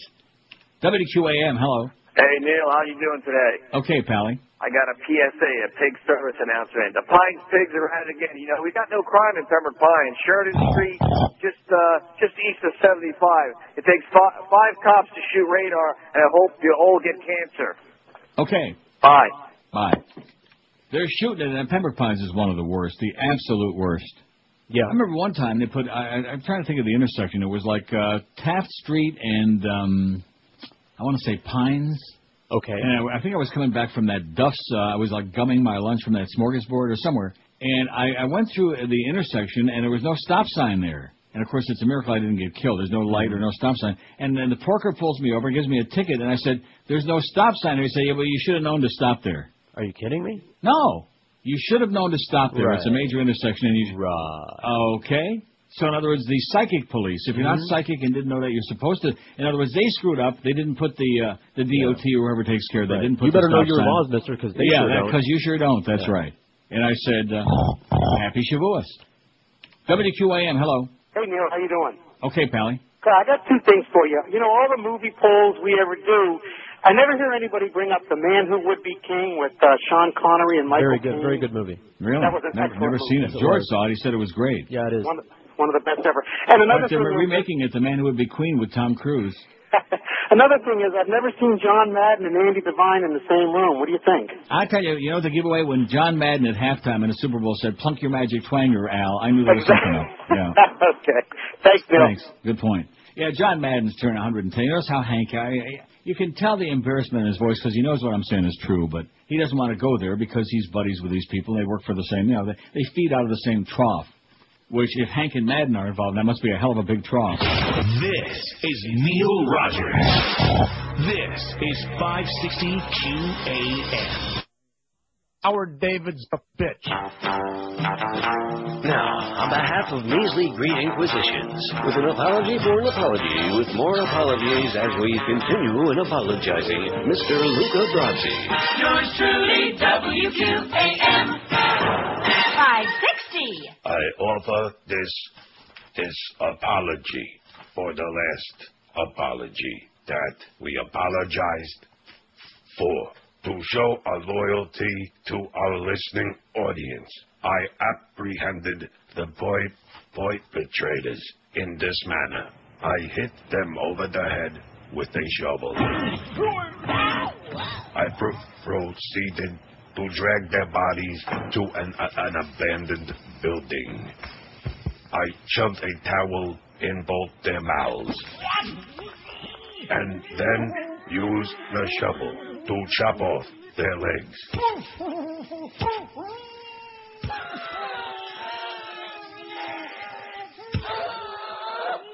I was assured by the management that describing this type of justice so graphically as I have was well within the puritanical guidelines of clean family entertainment, not like bards. For this, I am honored and grateful. Okay, that's all well and good, but it has nothing to do with that other one, which is what we wanted. No, well, but tell Chicken Neck he's losing it. I will. 11:45 at 560 WQAM. Wait till you hear this. This is going to turn your head around, just like Linda Blair was spinning round and round like Perry Como. Oh, come on, let's hear a little bit of Perry. Just a little teeny tiny bit. Wait, Find a wheel. Oh, boy. Can he belt one out or what? No. Huh? Well, he was a barber, he wasn't used to making, sudden moves. Find a wheel. What a talker. And it goes round, round, round as it skims along. Twice in the past 4 years, a top Justice Department lawyer warned the presiding judge of a secret surveillance court that information overheard in President Bush's eavesdropping program may have been improperly used to obtain wiretap warrants in the court, according to two sources with knowledge of those events. Oh, my God. The revelations infuriated U.S. District Judge Colleen Collar-Cotelli, who, like her predecessor, Royce Lamberth, had expressed serious doubts about whether the warrantless monitoring of phone calls and emails ordered by Bush was legal. Both judges had insisted that no information obtained this way be used to gain warrants from their court, according to government sources, and both had been assured by administration officials that it would never happen. The two heads of the Foreign Intelligence Surveillance Court were the only judges in the country briefed by the administration on Bush's program. The president's secret order issued sometime after the 9/11 attacks allows the NSA to monitor telephone calls and emails between people in the U.S. and contacts overseas. James Baker, the Counsel for Intelligence Policy in the Justice Department's Office of Intelligence Policy and Review, discovered in 2004 that the government's failure to share information about its spying program had rendered useless a federal screening system that the judges had insisted upon to shield the court from tainted information. He alerted Collar-Cotelli, who complained to Justice, prompting a temporary suspension of the NSA spying program, the sources be saying. Yet another problem in 2005, warrant application, prompted Collar-Cotelli to issue a stern order to government lawyers to create a better firewall or face more difficulty obtaining warrants. The two judges' discomfort with the NSA spying program was previously known, but this new account reveals the depths of their doubts about its legality and their behind-the-scenes efforts to protect the court from what they considered potentially tainted evidence. The new accounts also show the degree to which Baker, a top intelligence expert at Justice, shared the reservations that aided the judges. Both judges expressed concern to senior officials that the president's program, if ever made public and challenged in court, ran a significant risk of being declared unconstitutional. Let me say it again, being declared unconstitutional, according to sources familiar with the actions. Yet the judges believe they did not have the authority to rule on the president's power to order the eavesdropping. Government sources said and focused instead on protecting the integrity of the FISA process. How you like that? I don't. Huh? That's why Karl Rove is running around like a chicken with his head cut off, trying to get to these Republican senators. Don't you dare defect and vote against us. We're going to get impeached, and and your ass is going to be grass, and without the hula skirt, etc. And then, of course, he's got to go on here again today making up this crap about the L.A. Library Tower and how they aborted this planned assassin of this. And, of course, he didn't bother to mention all these terrorists, these Al-Qaeda lunatics that bombed the USS Cole in '94 and who just escaped 2 days ago in Yaman. How do you like that? Yaman. Yeah. And who are still at loose, and now the Navy over there is peeing in their pants because they anticipate that these people are planning more hijinks and lowjinks and una bomba grande. How do you like that? I don't. So we can't catch most of them, and then the ones that we do catch, we allow to be hanging out somewhere in some 10th world country, and they just kind of like, mosey on out. Yeah, but why do you hate America? U.S. plans massive data sweep. You'll never guess who wrote this article for the Christian Science Monitor. Pat Buchanan. Mark Clayton. Who? The football player? I'm sure Josh remembers Mark Clayton. See, even George remembers Mark Clayton and Super Duper. What's he doing writing this crap? He's not. Oh. Different guy. Same name, different guy. Like Christopher Colombo. Maybe they're talking about Chris Christoforou at Woodbine. That could be.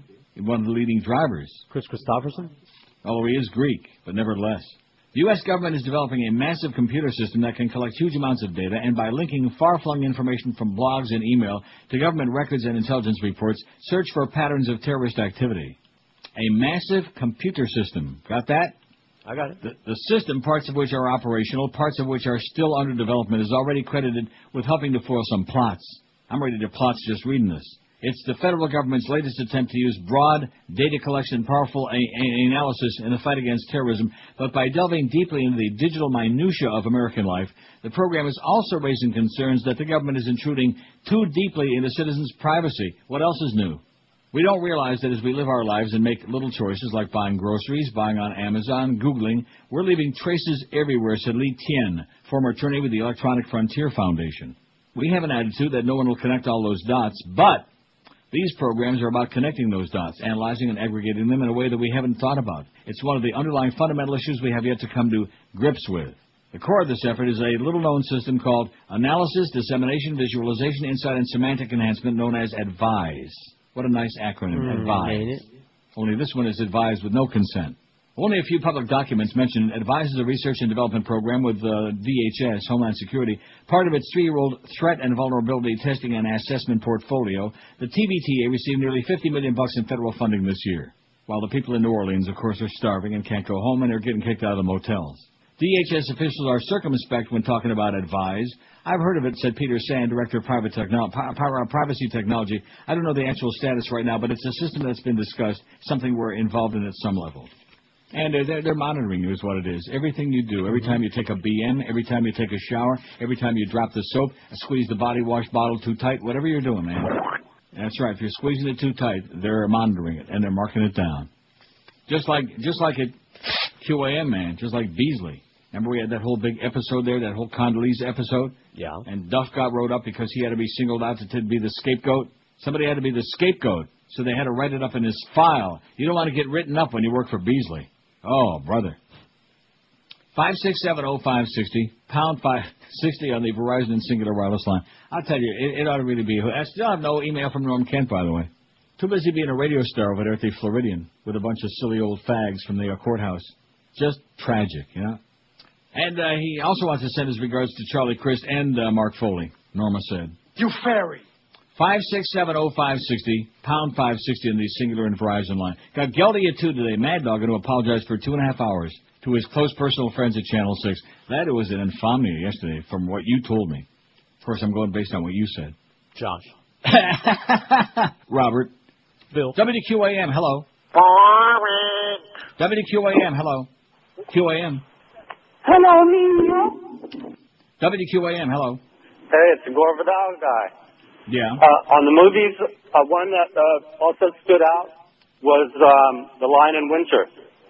Katharine Hepburn won the Oscar for it. Stood out? What does that mean? What poll was that, and what day did we do that? Movie that stood out? You were talking about movies that you could see over and over again. Right, I see. That's the one you're talking about. Yesterday's poll, right? Yeah. Sorry about that. No, don't be sorry. Okay. Take care, Neil. What was it? Katharine Hepburn and what? It's called The Lion in Winter. Katharine Hepburn. Oh, I she hated won that. You Okay, didn't like thanks, that? Pally. No, I'm just kidding. I never saw it. Don't get so sensitive. Have a great day. Get out of here. You see The Lion in Winter with Katharine Hepburn? Yes. And it's all right. It's one of those, You don't want to see it again and again and again? No. Is this wrong? Katharine Hepburn kind of bugs me. Her The voice. sound of Jimmy Stewart making Good love voice. to Katharine Hepburn.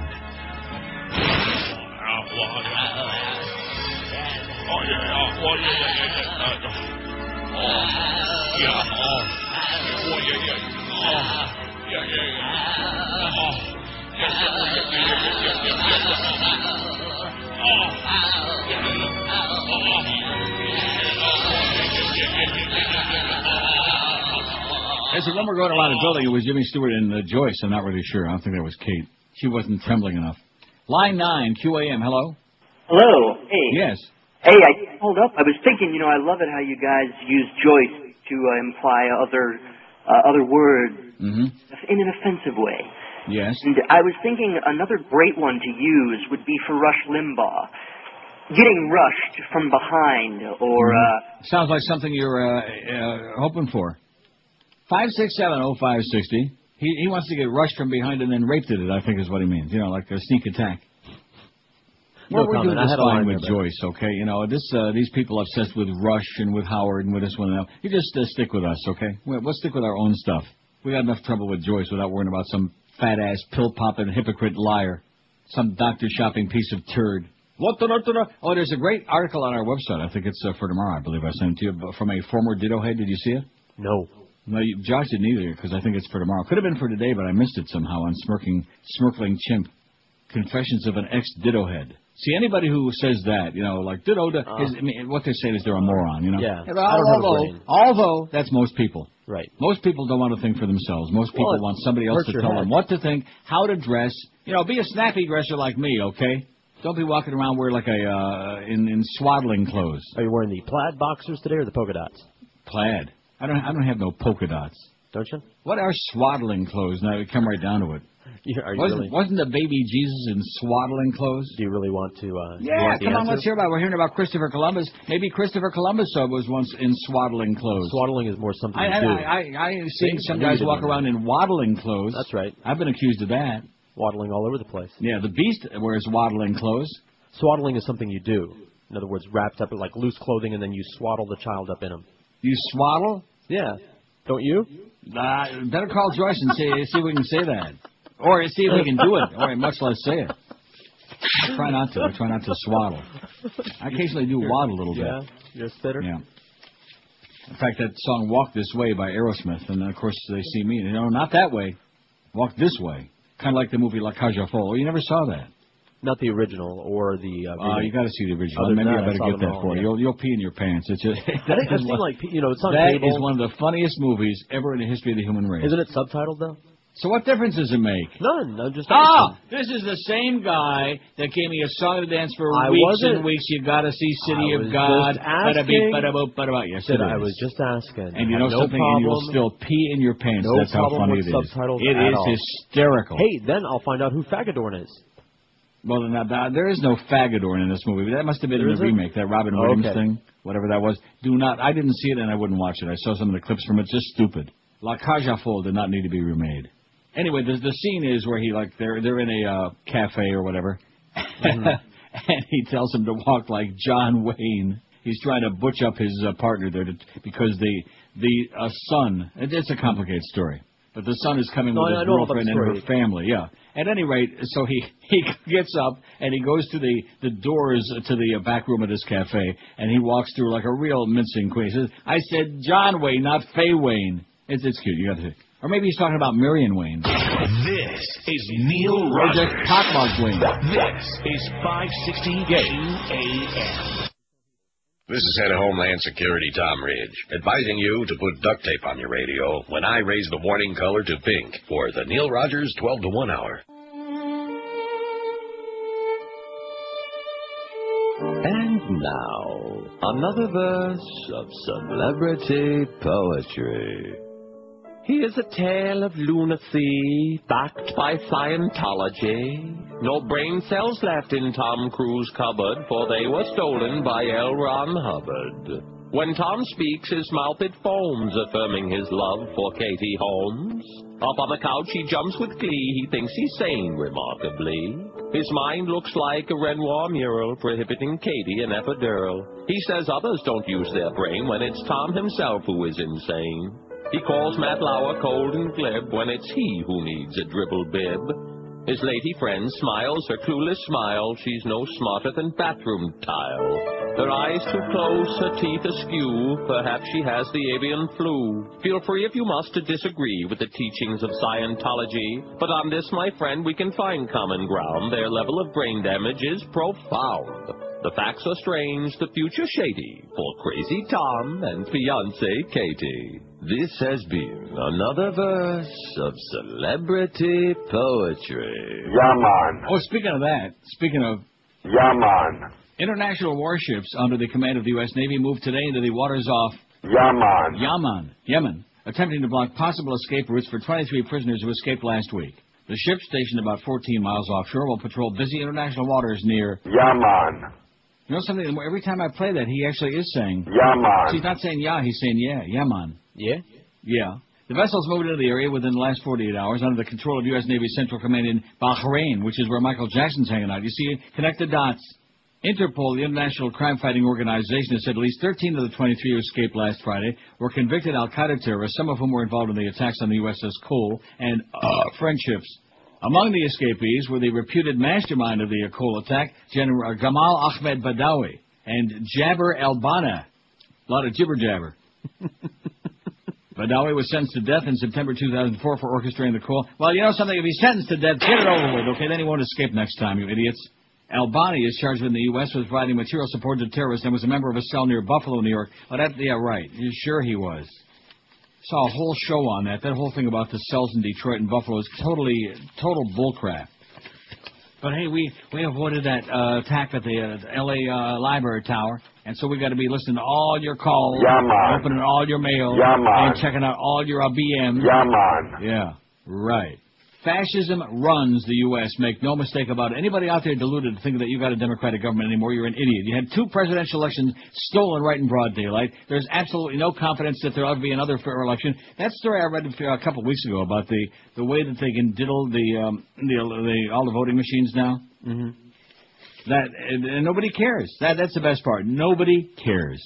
Here we got a bunch of ragheads rioting because somebody told them to get pissed off a bunch of stupid cartoons, some of which weren't even legitimate, just fabricated. And they're like carrying on and burning buildings and killing people. And the American public, they got 2 presidential elections stolen back-to-back, side by each. And they're like, oh, look who won the Grammys last night. You 2 swept the Grammys. Oh, boy. Sure glad I missed that. In fact, I'm almost glad I stayed away long enough to at Woodbine to give that money back just so I didn't have to see the Grammys. Not that I would have watched it. You missed it, didn't you? Yeah, I was too busy eating at the melting pot. He was at the melting pot. We were dipping, man. Were you dipping it? Dipping and diving.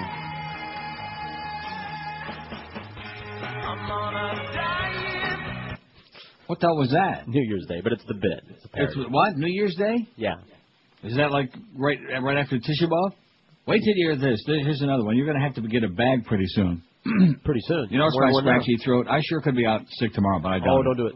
Well, that doesn't sound like I've avoided that scratchy throat. And I don't even have no cough drops today. No. I don't want to be taking them Halls Mentoliptus sans sucrose, baby, because they make you do stuff, you know. I think I started on those yesterday, and I think talking about the me pot. Run to the bathroom, right? Wow. Oh boy. I think I'm gonna need another one. When is somebody going to invent some sugar substitute that doesn't make you squat? You know what I'm saying? Now, not everybody has that effect, but a lot of us who have like irritable bowel, like you and I, as a matter of fact. Mm-hmm. Going to be a problem with that. Invent something that doesn't make you keep running and running and running and running. I'll work on it. Former disaster agency chief Michael Brown, heck of a job, Brownie, is saying he's ready to reveal his correspondence with President Bush and other officials during Hurricane Katrina unless the White House forbids it and offers legal support. In other words, he's gray-mailing him, as they call it now. He's brown-mailing him. Brown's stance, in letter obtained Wednesday by the ANP, follows senators' complaints that the White House is refusing to answer questions or release documents about advice given to Bush during the August 29 storm. Brown quit as director of FEMA just days after Katrina struck, even though he was doing a heck of a job, and did leave the federal payroll until November the 2nd, after it was an embarrassing revelation that he was still on it. In a February 6th letter to the White House counsel, Harriet Myers, Brown's attorney wrote that Brown continues to respect Bush and his presidential prerogative to get candid and confidential advice from top aides. The letter from Andrew W. Lester also says that Brown no longer can rely on being included in that protection because he's a private citizen. Unless there is a specific direction otherwise from the president, including an assurance that the president will provide a legal defense to Mr. Brown if he refuses to testify to these matters, Mr. Brown will testify if asked about particular communications, the lawyer wrote. Brown's desire is that all facts be made public. And in the White House, they're going, oh, my God. Like that. I mean, if that isn't threatened blackmail, what the hell could possibly be, right? They have these. Yeah. So in other words, if you're not going to cover my ass, I'm going to spill all the beans. Hey, Brownie, nice knowing you. White House spokesman Trent Duffy declined to comment on the letter, instead pointing to remarks 2 weeks ago in which Bush avoided directly including Brown among his advisors. At the time, Bush defended his administration's stance on withholding some information, saying, well, they're always withholding everything because it's a secret government, baby. It's an illegal government. It's a secret government. Everything's a secret. Safety, safety, safety. Saying that providing all the material would chill the ability of presidential advisors to speak freely. Right. The White House said it's given 15,000 documents about the storm response to Senate investigators. Brown is set to testify tomorrow at a Senate inquiry of the slow government response to Katrina. Senator Drew Lieberman of Connecticut, who blasted the White House last month for what he called attempts to stonewall the Senate inquiry, said he expects Brown, now a private citizen, to answer every question the committee puts to him truthfully. Otherwise, bada bing. So he's got death by hanging or death by electric chair. I see no basis for him to refuse to answer any of our questions. I hope the White House will not try to direct him not to answer our questions, Lieberman said. You know what he said just after he finished saying that? Yeah. Being the equivocating waffler that he is. Him and John Kerry, my ass. Contacted Wednesday, Brown referred questions about the letter to his attorney, Lester. Is that like, you know what that reminds me of? Inspector Lestrade. Remember Inspector Lestrade in Sherlock Holmes? No.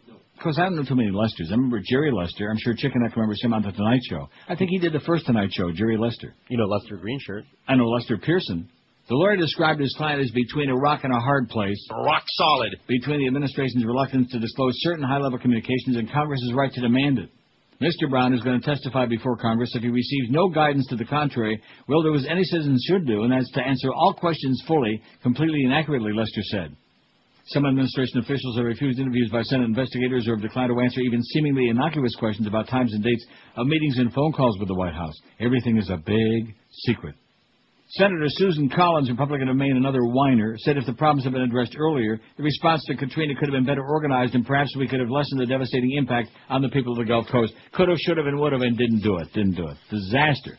And they still let him off the hook on this. No matter how many disasters there are, it's always the same, always comes back to the same crap. Safety, safety, safety. We're always fighting this mysterious war on terror against this unnamed enemy. Well, or the commies, one day it's Al-Qaeda, the next day it's somebody else, and then, of course, now it's Saddam. Even though he keeps running out of court, it's still Saddam and Gomorrah.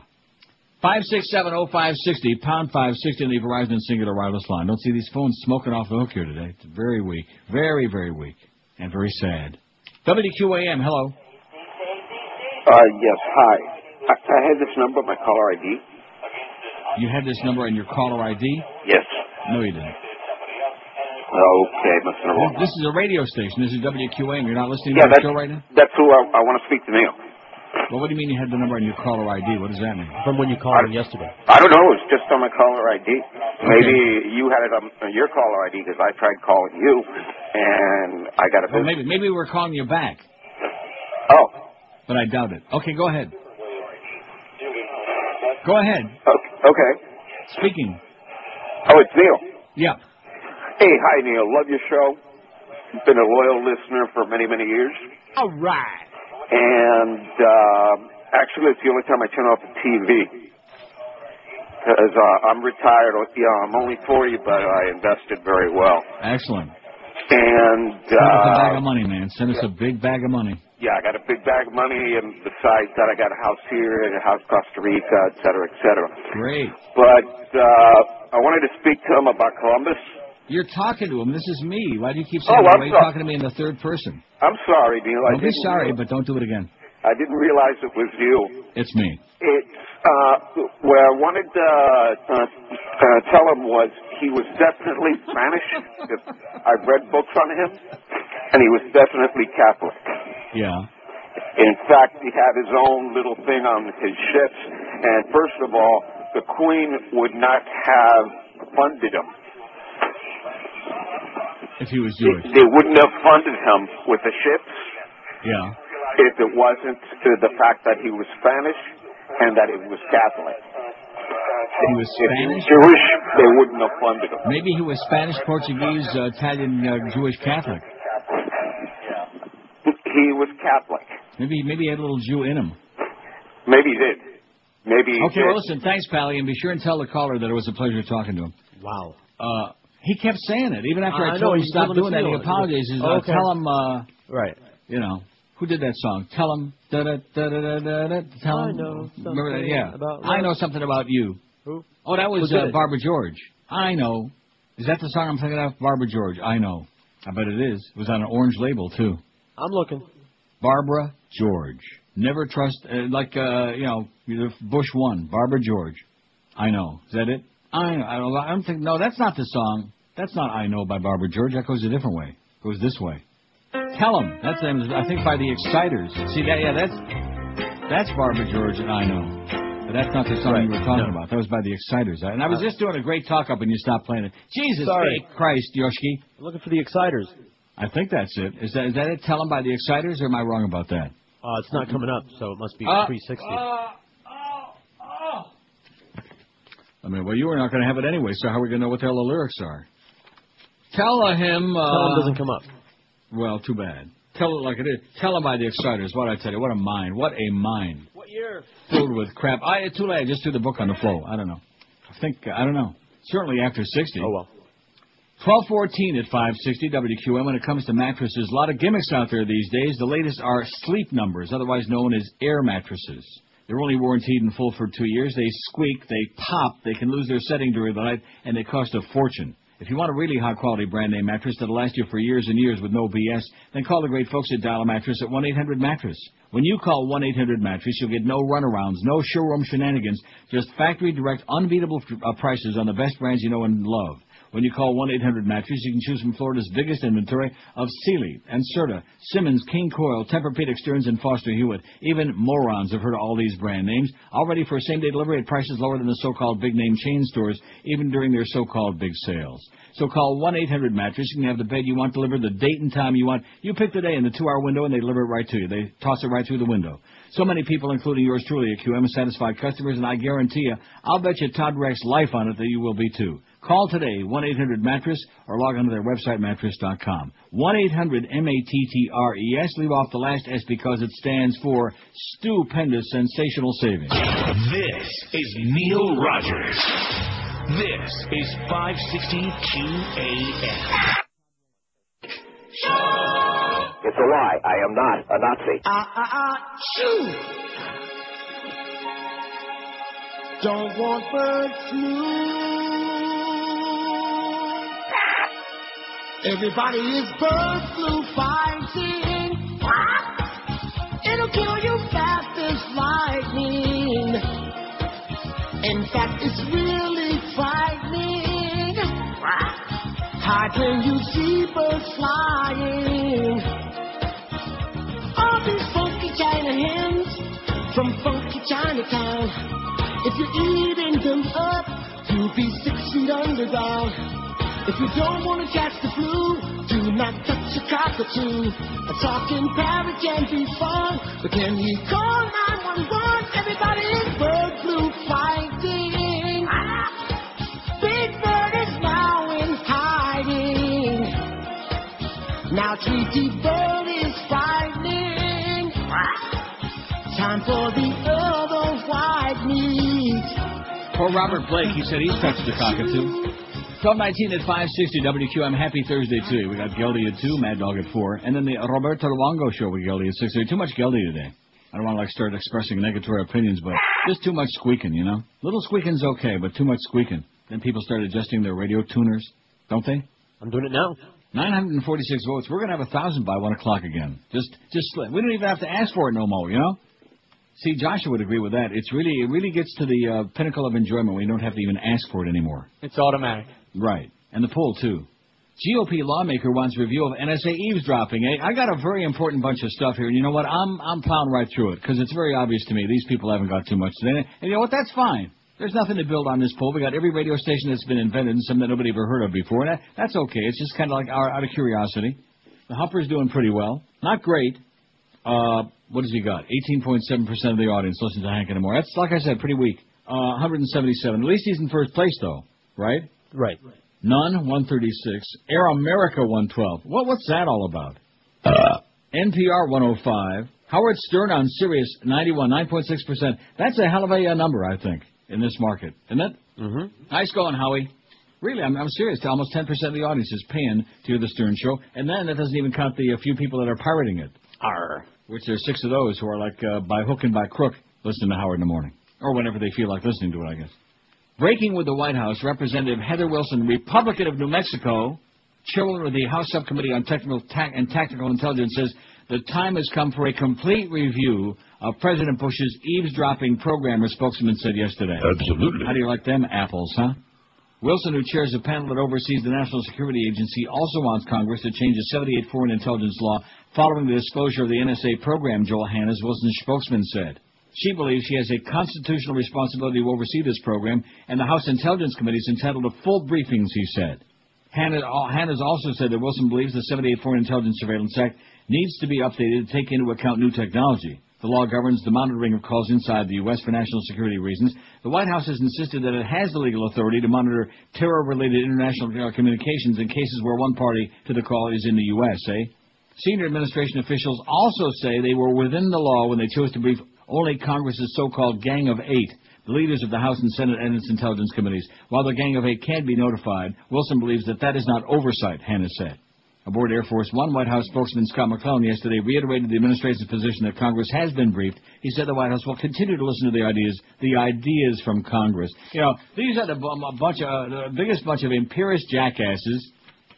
And just like he said a couple of weeks ago, he'll sign whatever law they pass. He just ain't going to follow it. He'll do whatever he wants. Obviously. Because you got to protect the people. Right. Well, and that's why he came out today with his phony baloney song and dance. The House and Senate Intelligence Committees are having closed-door meetings with Attorney General Alberto VO5, don't call me Hervé Villachez Gonzalez, and General Michael Hayden, the number 2 intelligence official today.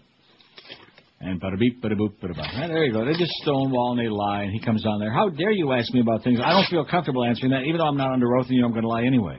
And then Patrick Leahy is saying, well, why should we expect you not to lie now? You lied before. Stuff like that. And they're all, making caustic comments, but that's as far as it goes. Right. We're going to shake our finger at you. Yeah, and say naughty, naughty, nasty, don't do it again. Enough to make you want to caca.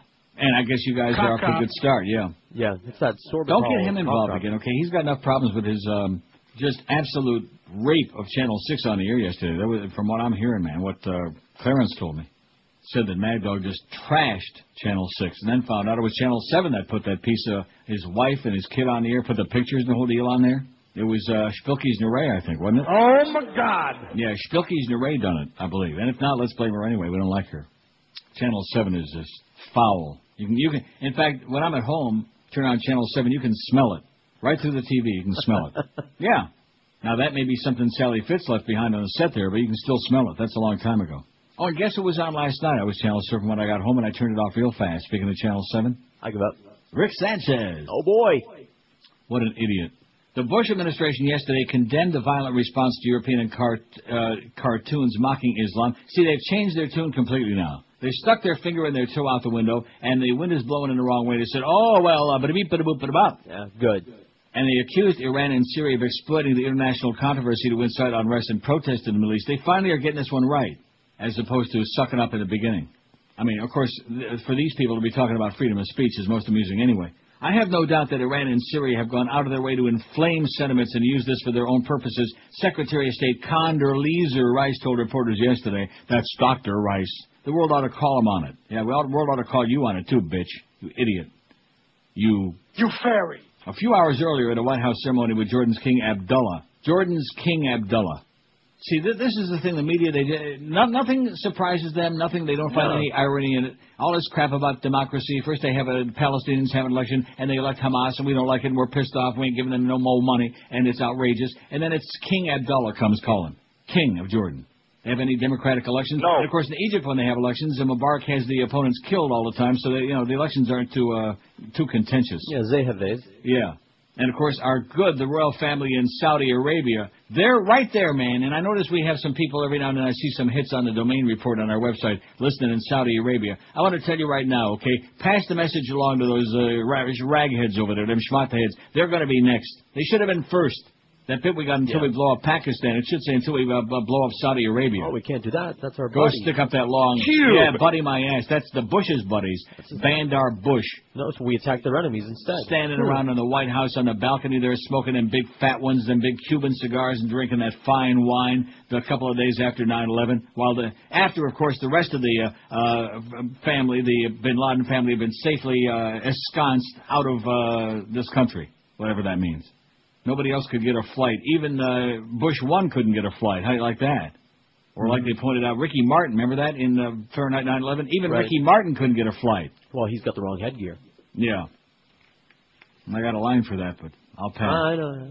A few hours earlier at a White House ceremony with Jordan's King Abdullah, and they don't come no duller than the two of them, President Bush rejected the violence, but not the cartoons that incited bloody protests from Afghanistan and Denmark when the drawings first appeared. We reject violence as a way to express discontent with what may be printed in a free press, Bush said. Free press, my ass! We don't have no free press in America no more, you fascist, you lunatic, you Nazi bastard. Bush and Rice, making their first public remarks on the growing worldwide controversy, highlighted a shift in White House strategy, to focusing on the killings and destruction during Muslim protests in several nations, in contrast to earlier statements that include criticism of the provocative drawings. Administration officials said Bush doesn't want a debate over free speech to diminish or deflect attention from U.S. condemnation of the violence. Right, debate over free speech. You can't debate free speech in America because it doesn't exist anymore. The only speech that can be on there is like Kira Phillips on CNN and Mrs. Limbaugh and David Gregory rambling and ranting and raving like an idiot about the Hamas. Just a bunch of buttsuckers. All you people in the media ought to be in jail. You ought to be in prison. You'll be on death row begging for mercy for the crimes against the country that you're doing. And that Brian Williams on there with his 922 teeth yapping about Torino, my ass. I'll go get the olive oil. Olio oliva, che pane. I still wish I knew what that expression was in Italian, my ace in the hole. No, he doesn't say it in Italian. He says to him, as we say in America, my ace in the hole. Remember that? Yeah. And the guy to him and said, ace hole? Yeah. Do you ever have your ace in a hole? Joyce, I don't think she'd be too fond of that. She heard that phony priest saying ace hole. Well, I went to an outhouse once and the seat was broken. 28 past noon at 560 WQM. The Emerald Coast is Florida's #1 Asian gourmet buffet, is rated by Zagat Restaurant Review. And believe me, they know their stuff. Now, every Friday through Sunday night, you can enjoy Lobster Fest, featuring Maine lobster served Thermidor style. And every night at the Emerald Coast is Crab Fest, with Alaskan snow crab legs, Dungeness crab, and Jonah Stone crabs. You know what I need real bad today is soup. They got all kinds of different delicious soups at the Emerald Coast. The menu still includes fresh oysters on the half shell, a sushi bar with over 30 About 30, man. different items. Count them. If I'm dying, you're lying. The Emerald Coast also serves juicy, delicious New York steaks cooked to order and hand-carved prime rib. And on the weekends for dessert, leave a little room in there, okay? Take a crowbar and shove it in your pants and create a little bit of extra room for the Emerald Coast's famous 40-inch chocolate fountain. You can hand dip your own strawberries, marshmallows, crowbars, other decadent treats. Just stick them right on in there. Check out the all-new you-can-eat sushi bar featuring sashimi, tuna tataki, over 20 different types of sushi rolls and much more. Tuna tataki. I'm not sure we can say that. The Emerald Coast has got 3 convenient locations to serve you. You'll find them in Sunrise, Sunny Isles Beach, and Pembroke Pines. Reservations suggested. Call the Emerald Coast at 954-572-3822 and tell Richard that Neil said, go Leaf, go. This is Neil Rogers. This is 560 QAM. Oh! God. All right. Oh! She bats her eyes and purses her big lips. Miss Jolie wears her jeans below her hips. She's got a room full of sex toys and whips. That Angelina makes guys' pants fall off. Read about her in the Times or Post. There's no marriage safe from coast to coast. If If she meets your man, your love life's toast. Angelina makes guys' pants fall off. She'll start by kicking out her shoes. Let the wind blow up her skirt. It's an offer you just can't refuse. 'Cause she wants you for dessert. She walks towards you in her garters and thongs. Wants to manhandle you like King Kong.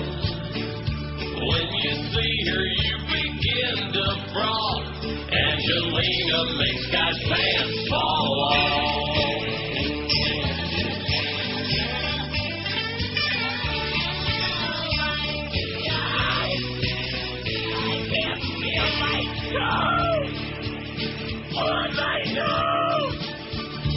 She's an almighty, unholy force. You'll lose everything in your divorce. But when you're with her, there's no remorse. Angelina makes guys' pants fall off. Before you know it, you're adopting her kids, following her like a dog. When she leaves you, your life hits the skids. You'll read about it in her blog. That's the way that Miss Jolie lives life. Maybe you should have stayed with your wife. She's like a flame that attracts some moth. Angelina makes guys' pants fall off. Absolutely. Angelina makes guys' pants fall off. Angelina makes guys' pants fall off. All right. 12:35 at QAM. Happy Thursday to him, man. The sun is shining here. It is beautiful. It's been all right here, too. No snow, no mow. No mow. Oh, we had a little bit. Absolutely. We had a little bit here, a little bit there, not too much. New York Times has an editorial that I think I might just read right now. Very short, right to the point. Censoring truth. The Bush administration long ago secured a special place in history for the audacity with which it manipulates science to suit its political ends, but it set a new standard of cynicism when it allowed NASA's leading authority on global warming to be mugged by a 24-year-old presidential appointee who, quite apart from having no training on that issue, had inflated his resume. In early December, James Hansen, the space agency's top climate specialist, called for accelerated efforts to reduce industrial emissions of carbon dioxide and other gases linked to global warming. After his speech, he told Andrew C. Revkin of the Times he was threatened with dire consequences if he continued to call for aggressive action. Should I read that last sentence again? Could you? After his speech, he told Andrew C. Revkin of the Times he was threatened with dire consequences if he continued to call for aggressive action. This was not the first time Dr. Hansen had been rebuked by the Bush team, which has spent the better part of 5 years avoiding the issue of global warming. It was merely one piece of a larger pattern of deception and denial. The administration sought to influence the policy debate by muzzling the people who disagree with it, or, as was in the case with two major reports from the EPA in 2002 and 2003, editing out inconvenient truths or censoring them entirely. In this case, the censor was George Deutsch, a functionary in NASA's Public Affairs Office whose chief credential appears to have been his service with President Bush's re-election campaign and inaugural committee. Kind of sounds like Brownie Brown again, doesn't it? I'll bet. On his resume, Mr. Deutsch claimed a 2003 bachelor's degree in journalism from Texas A&M, but the university, alerted by a blogger, said that wasn't even true. Mr. Deutsch is now resigned. The shocker wasn't NASA's failure to vet Mr. Deutsch's credentials, but that this young politico with no qualifications was able to impose his ideology on other agency employees. At one point, he told a web designer to add the word theory after every mention of the Big Bang. As Dr. Hansen observed, Mr. Deutsch was only a bit player in the administration's dishonest game of politicizing science on issues like warming, birth control, forest policy, and clean air. This from a president who promised in the State of the Union address to improve American competitiveness by spending more on science. Liar, liar, your thing is on fire. How do you like that, you phony baloney, you coke-snorting, booze-guzzling piece of turd. God. Well, you have to have respect for our president. Not this one. Man. Oh. I'm getting all choked up about it. I got to blow my nose. Well, you were sneezing before. No, I'm not gagging. I'm just wheezing and... Ow. See, that's the way it goes, Bush. I'm getting stuff out of my nose, not snorting something into it, as the case may be. You ever do coke? I got diet right here. No, I did not ever do coke. Why? No, I'm just taking a survey. No. What about Josh? You ever do coke? I have not, no. No. George has. Not my done it. kind of thing. No, George has done it. That's why he asked the question. But it's not my thing. No, George has dropped acid. He's done coke. He's crystal Right. meth. No, crystal meth, actually. No, he don't want to touch that crystal. But bring some by, and I'll give it a try. Let me say it again. No comment. I'm just moving along. I don't want to get you, myself, because she already hates me like poison, so. She doesn't. Yes, she does. She just hates me. Well, we know that. And she's doing everything she can to prove it. And my life early, yeah, absolutely. What radio show do you listen to in the morning before 10 o'clock, before you turn over to this amazing, world-famous flaming thing? 984 votes. I told you we'd have 1,000 by 1 tonight. I told you I'd bet you Todd Dreck's life on it, which ain't saying much. Boy, he is, although as annoying as he is, I'll tell you, Clarence is the worst. And that's why I'm in a good mood today, because I avoided this nasty cold, I think. And number two, he didn't come in there and nag me this morning. You're welcome. Got to check. You're welcome. What? You're welcome. What do you mean? Oh, in other words, you stopped him? Yes. What did you say to him? I body blocked him. No, seriously, what did you do? I said he was going to say hi to you, and I said I wouldn't. Oh, good. Not for any particular reason. He just gets on my nerves. He's like my mother. Now, my mother's been dead a year and a half, more than that. And the one benefit of that is that I don't have to be nagged all the time. Nels, what's wrong? Like that day I'm on vacation. I'm sleeping, the phone rings. I mean, What's wrong? I'm on vacation, bitch. Oh. I remember that. The worst nag in the history of the human race. And then she finally takes her dirt nap now and leaves me alone. And I got Clarence. Well, you saw his performance yesterday. And he goes through this long, and instead of just having him send these little bulbs or whatever he needs for this board, there's none of them out yet anyway. It's just, get it make sure it'll last another 3 years, if I last that long. And no, he's got to make a big and while the switches are what goes wrong and the light bulbs don't go out, light bulbs don't go out. That's what we learned from our program director yesterday. Light bulbs last forever. And believe you me, he's living proof that they don't, because his bulb went out a long time ago if it was ever on in the first place. Just anything else? Anything else? No, nothing else. Just go away. Get my check on time. Nice going, Clarence. 2 days early this time. Oh, thank you so much. Now just go away. I'll see you on about the 20th of the month to remind you about the 25th. Now just go away. He is so freaking annoying and just nag and nag. You might want to mention that on Monday, that we need an adult program director at the radio station when you have your lunch with Joe Bell. You might want to mention that. All right. I'm not joking about that either.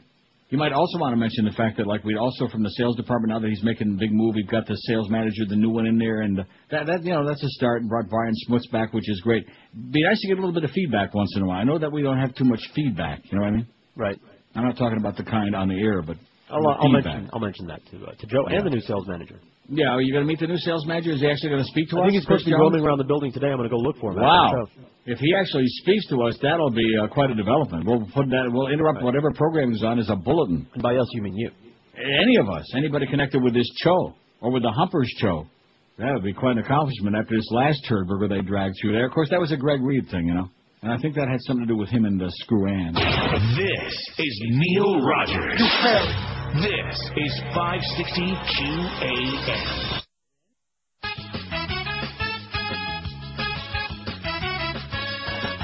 I like to go fishing inside the shower stall.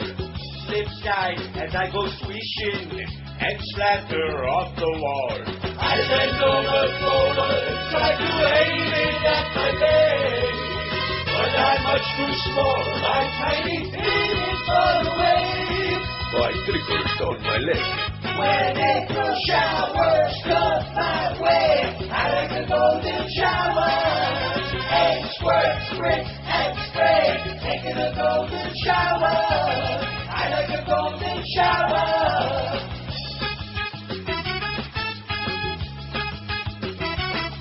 You fairy. I use the trickle-down theory before I start to scrub. I rinse off my wee-wee with a pair of Lupa gloves. Blowing on my toes makes me feel so wet and wild.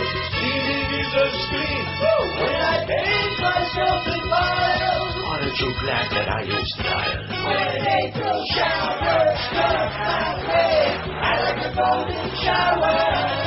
And squirt, spritz, and spray, taking a golden shower. Taking a golden shower. Hey, here's some exciting news. And thanks to whoever faxed it in, I never would have found this, because I don't really check that MSNBC thing that often, for whatever reason. I don't know. I don't know either. Kooky story, though. Man who drove SUV into dealership kills himself on board flight. He's dead. The man who drove his new SUV into a Miami-Dade Ford dealership and set it on fire killed himself on board a commercial flight last night. Gerard Georgettis was charged with arson. Cristobal Colon. Bartolo Colon came in the fourth inning. Gerard Georgettis was charged with arson and criminal mischief after the incident Saturday afternoon at Metro Ford in Miami. The FAA said a passenger was found dead in the bathroom of a United Airlines flight Wednesday night. The plane was flying from Washington, D.C. to L.A. and was diverted to Denver. The Denver medical law, can you imagine you walk in the tea room and there's a guy laying there dead as a doornail in that small, pretty small, the bathroom. The Denver medical examiner's office confirmed that the man was Georgettis. The fire at Metro Ford caused about $1 million in damage. NBC6's Nick Bogert spoke with Georgettis on Monday, who said he regretted his actions. It was just stupid, Georgettis said. And now, he's dead. Found dead in the bathroom. So he killed himself on board a flight. I guess he was having, second thoughts about doing something that stupid. Does it say how he killed himself? Well, no, it said Channel 6 is continuing. I don't know. Okay. Maybe I don't know. I mean, that's the whole idea, is to keep a little bit of suspense out there. You don't want to shoot the whole... keep flush a little his own head down the toilet? Going. I don't know. All right. Maybe he impaled himself with one of them real dull plastic knives. I know how he did it. He drank that water from the sink. That would do it. Or maybe just the fumes from that turlet. Maybe somebody didn't flush.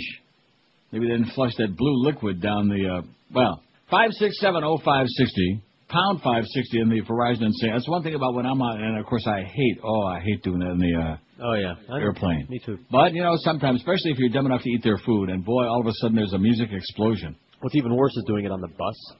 Yeah, like that kid that fell out of the bus the other day. Right, because the bus kind of moves around. It ain't the bus all of a sudden makes a sudden stop. Of course, the airplane kind of hits one of them pockets, and all of a sudden, wow. Woo!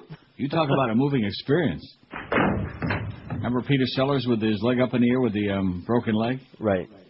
At any rate, what was I just going to say? I don't want to talk about it. Oh, and the thing I forgot to mention before about that, and it's a true story about my experience in the shower last night, that was all brought on by that Hall's sucrose-free mentholyptus. Right, and they make it smell special, too. Oh, brother. I am cereal, man. That was enough to, gag. We could have gassed the whole Al-Qaeda with that. Water-damaged autos from hurricanes are flooding the market. They're beaten up, they're bad news, but they're good at hiding their past. By the time the truth comes out, it's too late. They're flood cars, water-damaged vehicles that have been cleaned up and resold. In the next few months, unwary shoppers could get soaked as thousands of salvaged cars from hurricanes Katrina, Rita, and Wilma roll into states around the country. Insurance investigators already have uncovered flood cars in Florida and California, although so far no complaints have been filed with consumer affairs agencies in Broward or Palm Beach counties. No one is sure how many flood-damaged vehicles are in the Sunshine State. Hey, listen, that's perfect for Florida. Sucker is born every minute. Look at the governor. Look at your fat-ass governor. He's proof of it. For last year's hurricanes are estimated to have generated between 250,000 and 600,000 flood cars, more than any storm season in history. Investigators think thousands might be in Florida and more on the way.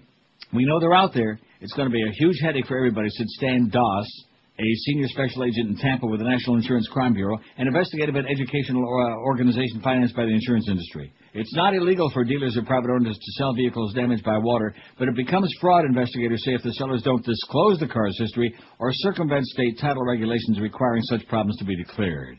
I can just see that right now, can't you? These are the worst cars. Big signs saying, these are from New Orleans, by the way. They're from the hurricane. We'll give you $10 off. These are the worst cars on the road. No one should be driving them, said Larry Gamachi, spokesman for Carfax, which conducts title and accident history research. These are cars that sat in fetid water. Oh, what a great word. F-E-T-I-D, fetid water, filled with industrial and human waste. Ooh, man, kind of reminds me of that tow yard turd. Many New Orleans dealers crushed their stocks of unsold flooded new cars rather than risk having them back out on the market, Doss said. A recent Louisiana law requires all totaled cars due to the flooding to be destroyed or sold only for parts. In hopes of protecting consumers, the Bureau for the first time has opened its private flood files so buyers can check if a vehicle is a hurricane survivor. About 205,000 flood-damaged cars already in the online database. The Bureau's database, logging flood-damaged vehicle identification numbers, or VINs, recorded by insurance companies and agents like Doss, is available at www.nicb.org. nicb.org. It also includes hull numbers of damaged boats. nicb.org. Carfax normally charges $20 to $25 for a report, but is allowing consumers to use its flood database free as well. Go to Carfax.com/flood. Got it? Got it. Carfax.com/flood. What the hell was Carfax Abbey? Isn't that where Dracula was hanging out? I thought it was Fairfax. Huh? I thought it was Fairfax. Fairfax, Carfax, Miramax. Speaking of New Orleans and those flooded cars, the city of New Orleans could lose up to 80% of its black population if people... And it's not going to be chocolate, baby. Ray Nagin's going to be really PO'd. White chocolate, maybe. The city of New Orleans could... I don't like white chocolate, do you? I'm not... No, I'm not into that. It's sickeningly sweet. And it doesn't taste like chocolate. It just tastes like sugar. Right. Ooh, too sweet. That's why you don't like Emil Hirsch. Too sweet. Will you stop? It's a good movie, man. Imaginary Heroes is great, and you're going to discourage people from watching it because you're pretending it's another one of them. And you're the one that just sent me Bareback Mountain it. That's right. The faggery in Imaginary Heroes is very, very subtle. Very quick and very subtle. And if you're like taking a leak or something in that particular moment when that kiss takes place, you don't even know it's there. If you blink, you miss it. That's it. They did. It must have been the... Right. Ecstasy. That's what it was. The city of New Orleans could lose up to 80% of its black population if people displaced by Hurricane Katrina are not able to return to damaged hoods, according to an ongoing university study. This means that policy choices affecting who can return to which neighborhoods and with what forms of public and private assistance will greatly affect the future of the character of the city, according to the Brown University study. Oh, the Brown University study, as opposed to the White University study, which is being funded by the National Science Foundation. The lead researcher, sociology professor John Logan, determined that if the city's returning population was limited to neighborhoods undamaged by Katrina, half the white population would not return, and 80% of the black population would not return. So you're right, it's going to be like light chocolate. There's very good reason for people to be concerned that the future of New Orleans will not be a place for the people who used to live there, that there won't be room in New Orleans for large segments of the population they used to call home, said Logan, who studies urban areas. All them mugwumps will be coming back from the bayou instead. The study used maps from FEMA that detailed flood and wind damage and compared them to data from the 2000 U.S. Census to determine who and what areas were affected. It found the storm-damaged areas had been 75% black compared to 46% black in undamaged areas of the city. It also found that 29% of the households in damaged areas lived below the poverty line compared to 24% of the households in undamaged areas, just like kind of Jimmy Carter was saying at Coretta King's funeral yesterday, while he and everybody else were taking good, well-deserved shots at your dumbass, smirking chimp president. Pathetic. Well, here's this raghead from Syria again on there. This propagandist, this bald-headed geek on CNN. Iran is adamantly... Hey, Coxel Hoist, baby. You Syrians, man, you're next. First the Saudis, and then you, and then the Pakis. Right? Right. And then the Canadians. And then the Great Danes. Teach them to be putting them damn cartoons in there. 5670560, pound 560 in the Verizon Singular Wireless line. Notice the tremendous input we're getting on all this stuff today? Nothing. Absolutely nothing. What, from the audience? Yeah, from these knuckleheads out there. Well, if you take some calls. Well, I just gave the number again, and when the delay catches up in about 20 minutes, maybe we'll get some. One thing about us, man, we got like 45 delays, each one 30 minutes or longer. That's right. If we want to put them all into effect, you'll hear the rest of the show like about 7 weeks from Tisha B'Av. That thing about Tisha B'Av, that was just my insides are just rocketing around like, wow. That's a good story. Like spastic Cologne. Oh, Cologne. Right. WQAM, hello. QAM. Neil, how you doing, man? Okay. It's a few years since I talked to you, since I moved out of that hellhole down there. Uh-huh. I'm living on the west coast down, Sarasota area. Oh, so sorry. What a horrible place that is. What a hellhole. But I'm visiting family over here, and I just tell you a story that happened to me last month.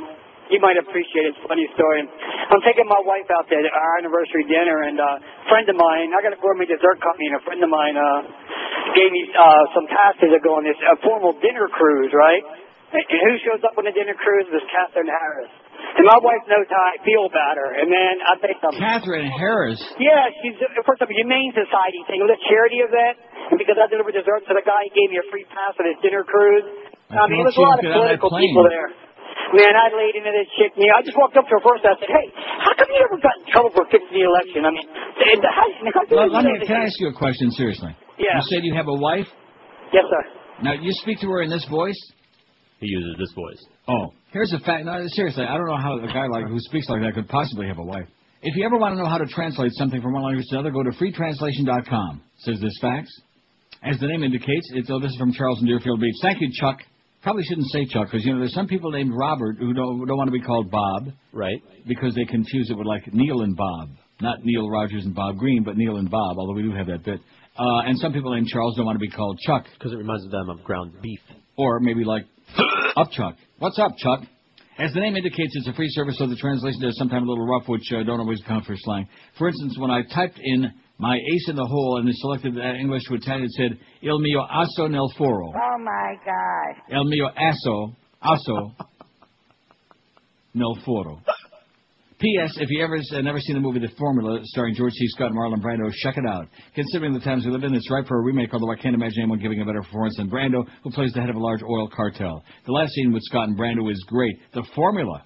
Sounds very familiar to me. You seen The Formula? Very formula. No, I've never As seen in, like, VO5 Formula with, like, Alberto VO5 Gonzalez. Il mio asso. If you do, you clean Careful. it up. No. Nel foro. Il mio...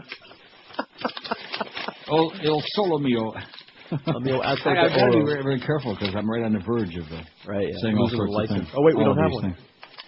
12:58 at QM. When we come back, we're going to swear in Italian for an hour.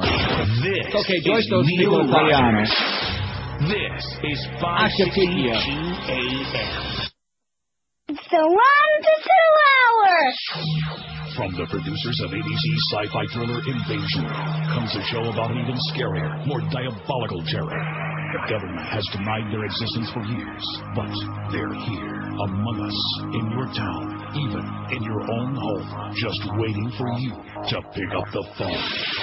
George Bush stars as the listener in Invasion of Privacy. Hello, this is customer support. What is being your question and or problem with your product and or service, please? Yeah, see, my computer just crashed, and I don't... Did you hear that? Yes, I am coming hearing it as well. Is someone else there on the line? No. What? Who is this? Yes, I do wish to know. Don't worry there, Steve. It's just me, your president. Go ahead, don't mind me. Mr. President? What's going on? And how did you know my name? Oh, I know a lot about you. Like your nickname is Bubba, and you order pizza every Friday night. What? And let's see here. Looks like you missed a few payments on that student loan there, Bubba. I can't believe this. You can't do this. Think again there, Bubba. Oh, I am also filled with righteous indignation. Watch it there, Haji Patel of New Delhi. But this is part of being a private call. A private overseas call there, Buddha boy. I am not a Buddhist, sir. I am Hindu. I don't care if you're Shamu. Don't mess with Texas, son, because I got a Predator drone circling 3851 Calcutta Court right now. So watch it, buddy. Invasion of Privacy, tonight at Rick's Train Takeover Civil Rights Edition on ABC. 102 at 560 WQM. The Herald says at least 7 Republican state senators withdrew their support for Miami's Alex Villalobos' bid to become Florida's first Cuban-American Senate president. Increíble. The senators, all solid conservatives, say they have different reasons for swinging their support to Senator Jeff Atwater, a North Palm Beach Republican, and for backing away from the moderate Villalobos, who's made a few high-profile votes against the party line established by fat-ass Governor Jeb Bush. He's getting his, see. Payback is a bitch. That's right. Whether this means Villalobos is officially knocked out of the future leadership post, which would begin 2008, is unclear. Villalobos supporters say he still has enough votes from his fellow Republicans who control the 40-member chamber with 26 votes. Villalobos said he's not given up and acknowledged he was caught late in an act of well-organized conspiracy engineered by Senator Alex Diaz de la Portilla, a fellow Miami Cuban-American Republican. How do you like that? Backstabber. When I first ran for this office, I was behind, then I had the votes. Now some people are saying I'm behind. This is far from over, Villalobos be saying. Diaz de la Portilla didn't comment this morning. Atwater, who met with Villalobos this morning, couldn't be reached either. Meantime, Senate Democrats, who can conceivably team up with moderate Republicans to keep Villalobos, are staying out of the fight. One South Florida Democrat said the party is eagerly watching Republicans tear each other apart in an effort to remove a Cuban-American from one of the state's top lawmaking posts. The Herald reported in today's edition that the coup attempt had failed Wednesday night. However, 2 of the senators who said they were in Villalobos' camp Wednesday night switched this morning. They switched. A third, Senator J.D. Alexander, who refused to comment Wednesday, was among those who backed away from Villalobos. Somebody got to him. How do you like that? Speaking of your fat-ass governor and Catherine Harris and that guy who talked in that very high-pitched voice. I couldn't listen to him no more. He was just too squeaky. What was he talking about? About Catherine Harris? No idea. Some crap. Fear of U.S. drove Iran's nuclear policy. Oh, just too much of this propaganda, man. Too much truth. American public can't. They're like what Jack Nicholson said. You can't handle the truth. Actually, what he said to Tom was, "You fairy." The George W. Bush administration's adoption of a policy threatening to use military force against Iran disregarded a series of official intelligence estimates going back many, many years that consistently judged Iran's fear of U.S. attack to be a major motivating factor in its pursuit of nuclear weapons. 2 former CIA officials who were directly involved in producing CIA estimates on Iran revealed in separate interviews with IPS that the national intelligence estimates on Iran have consistently portrayed its concerns about the military threat posed by the U.S. as a central consideration in Tehran's pursuit of nuclear weapons capability. Paul Pillar, who managed the writing of all NIEs on Iran from 2000 to 2005, that's national intelligence estimates. Pillar, I wonder if he's kidding to Pillar on the passions, told IPS that all of the NIEs on Iran during that period addressed Iranian fears of U.S. attack explicitly and related their desire for nuclear weapons to those fears. Iranian perceptions of threat, especially from the U.S. and Israel, were not the only factor, Pillar said, but were in our judgment part of what drove whatever effort they were making to build nuclear weapons. Pillar said the dominant view of the intelligence community in the past 3 years has been that Iran would seek a nuclear weapons capability, but analysts have also considered that a willingness on the part of Washington to reassure Iran on security fears would have a significant effect on Iranian policy. They like that. They don't want that. What they want to do is go in there and, kill a whole bunch of people. Because after all, isn't that what compacted conservatism is all about? That's right. I'm sure I remember in that first debate when Gore asked him, what does that really mean, compassionate conservative, and Bush said, kill some people. Yeah. Website hawking, this is good news, I think. Websites hawking phone records shut down. First of all, how that ever started in the first place has got to be an infamia, as they say in Torino. Following a wave of negative publicity and pressure from the government, several websites that peddled people's private phone records are calling it quits. Gives me the schmitz. We are no longer accepting new orders, was the announcement posted yesterday on 2 such sites, LocateCell.com and CellTools.com. They should find whoever put those sites up and bing, And you want to know how that guy died in a plane? Yeah. We don't know yet. Oh. I just rechecked it because I know that, inquiry minds want to know how he offed himself. How did he commit suicide on a plane? Maybe he took a pill. Okay. Maybe he had a cyanide tablet. Thank you for your patronage. It was a pleasure serving you, those sites said, and then they closed down. The FTC this week conducted a sweep of 40 sites known to have been selling private phone records. According to the FTC's Lydia Parnes, more than 20 sites have recently shut down or stopped advertising for new business. The agency has sent letters to about 20 other sites warning them they may be violating the law, should review their business practices, said Parnes, director of the FTC's Bureau of Consumer Protection. Parnes, who testified before a Senate subcommittee on consumer affairs, said the commission also has a number of ongoing investigations into the sale. She did not elaborate. While some sites appear to be closing up shop, others have seen a boom in business with the recent media attention, said Mark Rottenberg, executive director of the Electronic Privacy Information Center. Rottenberg urged lawmakers to ban a practice known as pretexting, in which data brokers or others call a phone company, impersonate a customer, and then persuade the company to release the calling records. I mean, he has to urge lawmakers to ban it. It's fraud. Right. Those records usually include whom a person called, who called them, and the duration of the calls. We did them, they did us back. In one case that received a lot of attention recently, the blogger was able to buy the phone records of former Democratic presidential candidate Wesley Clark, who was found to be calling the deli den for takeout. All the site needed, it said, was Clark's cell phone number and a credit card payment of $89.95. Remember that when Wesley Clark was campaigning? Mm-hmm. And one schmuck, that punk, called in and said, anybody who's good on Meet the Press is going to be, or whatever he said. Remember that idiotic crap? Right. Oh, just like the other punk that called in. Thank you, Mr. President, for the low gas prices. And then, of course, Wesley Clark started in South Florida by eating deli at the deli den. That was the end of him. He's pandering to the old Jews in Hollywood and Hallandale. What do you think about that? Pretty stupid. Transparent, pretty stupid. And, of course, he turned out to be a bungling idiot. And again, even though I agree with many of the things he said, but he's still a bungling idiot. I mean, take a look at that Democratic field, okay? What do we got? We got Howard Dean. We got Dennis Kucinich, who nobody would take seriously because he's got that silly little hairpiece, and he's about 2 feet tall. It comes up to your knees. Al Sharpton, who's a little bit too chocolate and too big mouth. And what else we got? We got Hillary. I got. In fact, what a segue in a minute. Hillary Clinton and Walmart, a love story. You're going to puke. I feel like puking. Okay. In fact, that melting pot stuff, as good as it was, I think it's making a comeback. It melted in my mouth. It's where, like that song by the Four Seasons, Working My Way Back Through You. What radio show do you listen to in the morning before 10? Hank 192, Nunn 151. Air America 129. That's an insomnia. What have they got on? NPR 112. Howard Stern, they're serious. 103, 9.9%. More than Joe Rose, who's got 79. Isn't that interesting? Isn't he on 79? Okay. Ron and Paul, 71. 72, just changed again, and Joe Rose went to 80 because it was too embarrassing soon enough. Bob and Tom, 68. Joe Rose, I hear, is really PO'd at the management over there and wants to come back to us. We want you back, Joe. Now, who did that song? We want you back. That was Jackson 5. Wasn't that the name of the song? I want you back. I want you back. Bob and Tom, 68. Well, I can't believe I remember the name of that group, the Exciters. And tell them that was a medley of their smash one-hit wonder, the Exciters. And you still can't find it, can you? No, I can't. But I can find this. Oh, I want you back. Jackson 5. Michael's recording for the Pope now. on the CDs from the Vatican, and he's living in Bahrain and molesting a lot of little kids. But we can like this because this is from when he was innocent. This is from when he was like maybe being molested by Joe or somebody else in the family, or maybe his brothers. And when he was chocolate. He was just, a little bit chocolate back then as opposed to like white as a ghost. Looks like Casper the Unfriendly Ghost now. Bob and Tom 68, other music station 36, WIOD 22, XM 18. They got Oprah. Woo! No Speaking English station 16. And you're right, that could be not only Espanol, but maybe a Haitian. See. Mike and Mike in the morning, 12. Howard Stern, Pirate, 8. 8 people are picking up Howard illegally. Magic 102.77. Y100, what? 5. WFTL, 4. Mr. Ego, Steve Kane, he's up to 3 now. That means that Nick Lawrence voted finally. Power 96 has got a pair. KPX finally got one, and VUM got one. Solamente uno. Well, that's because all them punks are in class. They do have classes at UM, don't they? Once in a while? I'm sure the jocks don't attend any of them, but I think they got a class every now and then. And, of course, at UM, it's low class. What a place. Oh, brother. I can't even begin to tell you. Very sad. You know what it is? There's a word that covers it very nicely. Ersatz. Ersatz. That's a university like my room here is a university. In fact, I think this is a bastion of greater knowledge that are in that joint. Oh, but what about that great school of medicine there? Oh, yeah. I could tell you stories about one doctor in particular who fancies himself as an expert on diabetes.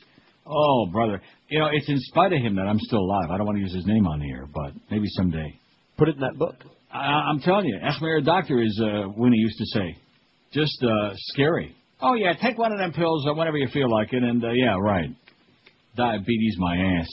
12 minutes. See, you know what the best deal is? I don't want to get into that health kick because the audience hates it. Be your own doctor. You know, unless you got something chronic going on, but very often it's a good idea to be your own doctor. It's a good idea. Yeah, learn about your own body. Mm-hmm. You know, stick your finger way up your nostril and check out what's in there. I'm doing it now.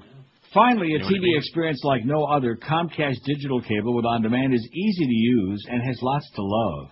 And today you can try it for only $34.99 a month for 3 months. Why is TV so much better with on-demand? For starters, you can watch a wide variety of movies and shows whenever you want. It's a revolutionary new way to enjoy TV. On Demand is a library of thousands of programs ready to start when you say so. With programming including free movies, kid shows, music videos, cooking shows, sports, home improvement shows, guitar lessons, and so much more. You'll always have something good to watch right when you want to watch it. And don't forget about control. With On Demand, you can start, stop, pause, rewind, and fast-forward programs using that remote, especially if you're real quick. You can't get all this with satellite. With up to 250 channels plus On Demand, you can build your own TV schedule. Who could possibly ask for more? And best of all, On Demand is free with Comcast digital cable. So pick your showtime, sit back, and you wonder how you ever managed without it.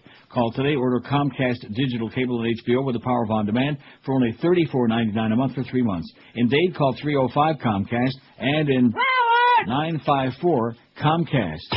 This is Neil Rogers. This is 560 QAM. Abort every black baby in this country, and your crime rate would go down. Yeah. Boy, you sure caught me with my DCS boxers down. What the hell is this? We got any shorter breaks we can play? George Bush doesn't care about black people. Howard Dean's out of the presidential race. We are leaving one track, but we are going on another track. Now, Howard pursues his true passion. We're not dropping out. Howard Dean sings the classic rock hits. Phoenix, Arizona, South Carolina, Oklahoma, North Dakota, New Mexico, Northern California. Standing on a corner in Winslow, Arizona. Such a fine sight to see. Texas, New York, Washington, Michigan, and then we're going to Washington, D.C. to take back the White House. Howard Dean sings classic rock.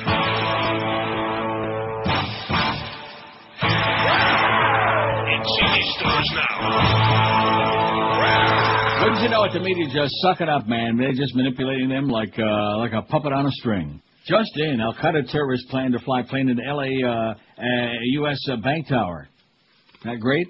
Oh, well. All this crap that he came on here this morning, now they're all hyperventilating. Safety, safety, safety. He's keeping us safe. We don't care what. In other words, let's just give up all our rights. Let's just tear up the whole Constitution. It's just like he says. It's just a crappy piece of paper anyway. Who gives a crap about it? And the media just willingly, man, just sucking along. That's my message to you people in the media, especially you idiots at CNN. You suck. You bastardos. That's what Columbus would have said to you. Bastardos. He would have rolled his R's a few times, too. He probably was rolling a big fat one as he said it. God. Can you imagine what he must have had a good... Did he ever make it to Jamaica, man? He was in the Bahamas. Yeah, man. All over the Caribbean. Yeah, he went all over the Caribbean. I'm sure he did. Yeah, he was a Jamaica man. Hillary Clinton and Walmart, a love story from the Huffington Post. You're going to barf. You better get your pot out.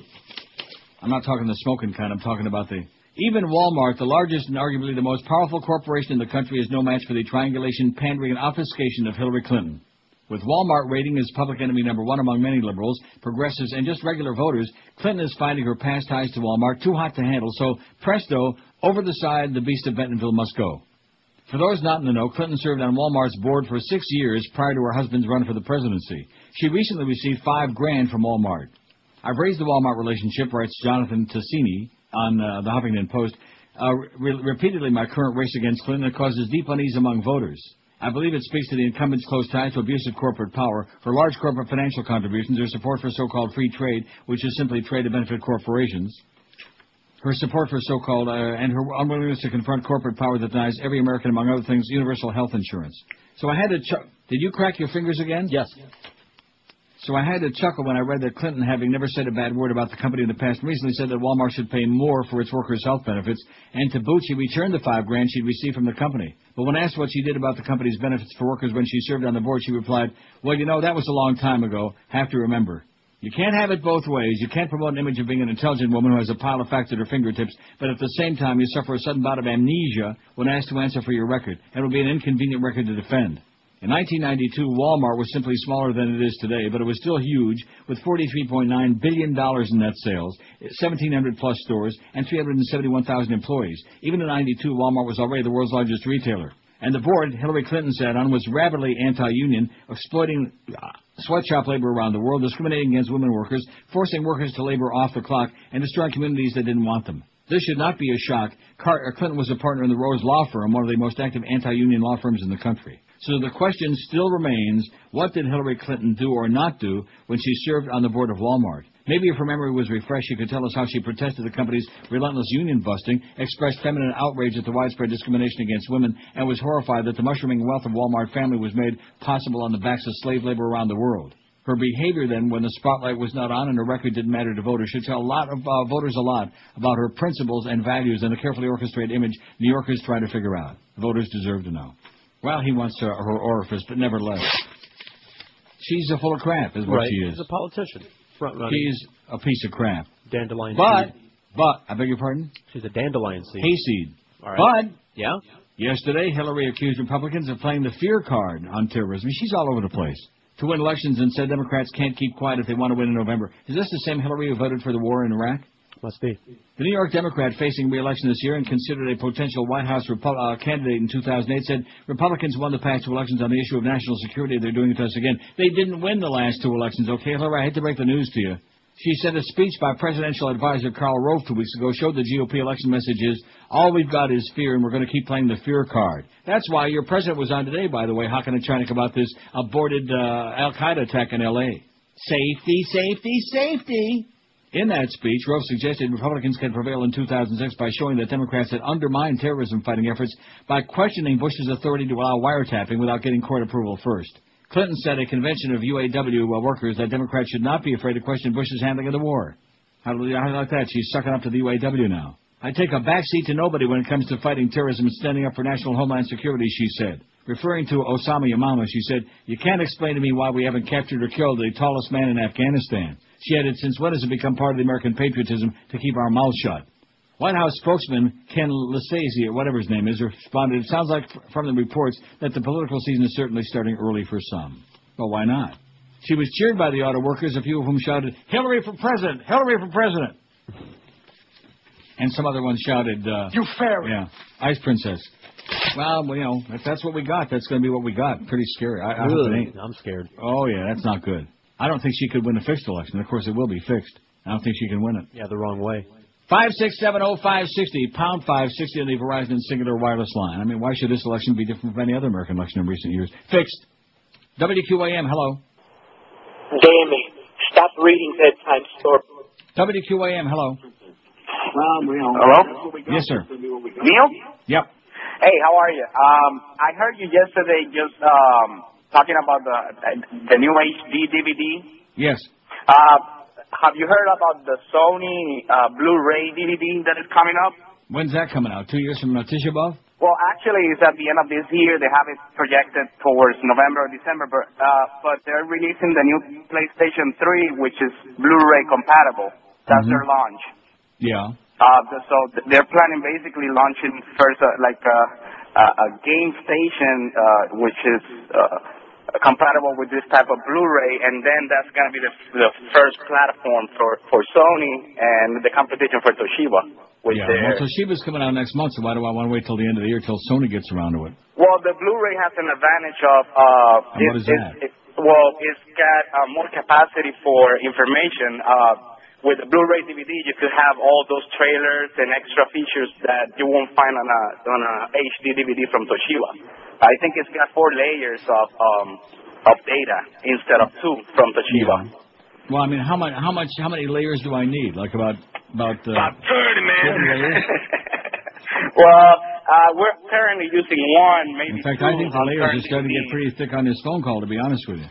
Yeah, well, that's the only difference. It's the density of the DVD and the machine. It's a good machine, man, that plays Is it a good machine? Yeah, it is a good machine, man. Well, that's what I'm looking for, is a good machine, man. All right, Neil, that was it. For. Okay, thanks for the heads up, Pally. No problem. And heads down. Heads up, heads down. 5670560, pound 560 in the Verizon Singular Wireless line. So it's your choice. You know, it's like when we went with the VHS and the Beta. I always do the same thing. You know, which technology is going to be the better one and which one's going to stick around. And then you go out and you buy something. You spend a whole zillion pot full of money to buy it. And then you find out 6 months later it's obsolete. Well, in our case, they'll both be obsolete by the time I can afford it. Oh, yeah, you and Josh. You kidding me? Although he's getting that big raise out here. He's going to be working over there at Power 96. He's going to be censoring all the filth that they're playing on the air over there. By the way, when you have your meeting with our new sales manager, you might suggest, you know, that one issue that I have going that we don't want to say on the air, and you know, and the other one I talked to you about. All right. About feedback, you know? Mm-hmm. Feedback. Like that. WQAM, hello. QAM. Hey, Dr. Neil. Speaking. Yeah. Yep. I went out of town a little bit about this Mandis thing. What happened? I listened to him a little bit yesterday. He was so pissed off, and that's not usually like him. Yeah. Well, his wife and his kid, to make a long story short, they were in Detroit, I guess, after the Super Bowl. And they went to some bar or some club or somewhere, and they were waiting online outside. And some punk made some comments about Mrs. Mandich, Mrs. Mad Dog. And, of course, the son naturally stepped in for mom and beat the crap out of this other guy. And then it turned into a brawl, and they got busted. They went to jail, and, you know, and that's it. And Mandich, evidently, Mandich thought that it was Channel 6 that put her picture on the air and went through a whole song and dance about her son. And then it come to find out it was Channel 7, so he wound up with like a little omelet on his face. I beg your pardon? Was Jim there? No, he wasn't there, no. He was here in Florida. All right, okay, now I understand. Thanks. Oh, if he'd have been there, the other guy would have been dead, you know that. Sure, that. It's okay. See you, pal. Well, there's no question, is there? And that wouldn't have been good, because then the Mad Dog would have been having to do his show from behind bars. That would not have been. Oh, kind of interesting. If Martha Stewart could do it, why not Mad Dog, right? Or Johnny Cash. Johnny Cash could do it. There you go. He walked a fine line between life and death, and then he finally tripped right over it. Uh-oh. What was the big simus with Johnny Cash? I mean, I realized he had I Walked a Line, you know, and, you know. It was good. Not for you. He was good? Yes. At what? At singing and playing his guitar drugs, and writing doing songs. Drugs, getting good plastered. Like songs. what? I Walked the Line. Like What I else? Walked the Line and Ring of Fire. How about A Boy Named Sue? Boy Named Sue is a good Boy song. Named Sue? Sunday Morning Coming Down, written by Chris Christopherson, is a very good song. Chris Christopherson, what race is he driving in? He discovered America. Yeah. Cologne? Yeah, he discovered Cologne, too, Germany. Bet you didn't know that. I did not. Now, there's a city. Oh, you got to see that place. Before you croak, go to Cologne, Germany. Yeah, right after I buy that HD DVD ED. Just before you go to Torino.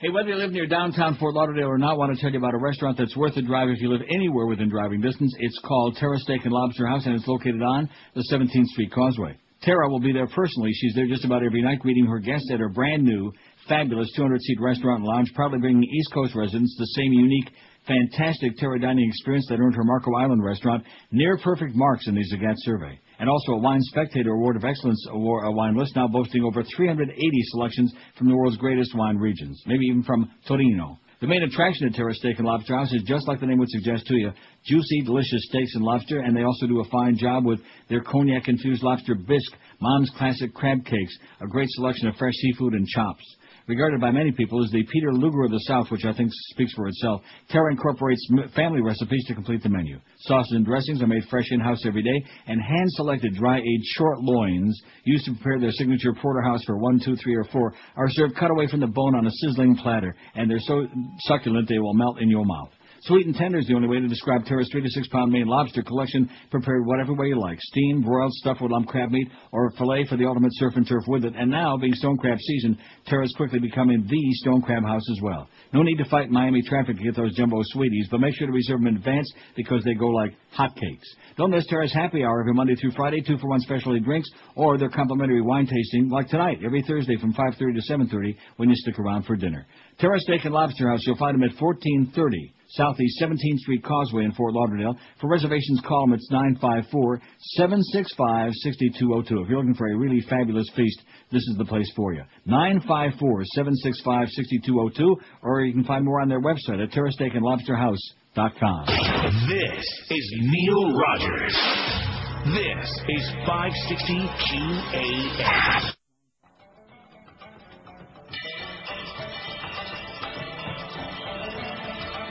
It's a terrorist warning. All right.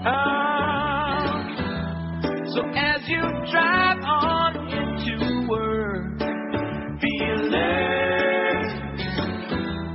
The White House says we're all doomed now. Can't be sure when they might strike next. Yeah, we're nervous wrecks because of all of the stress.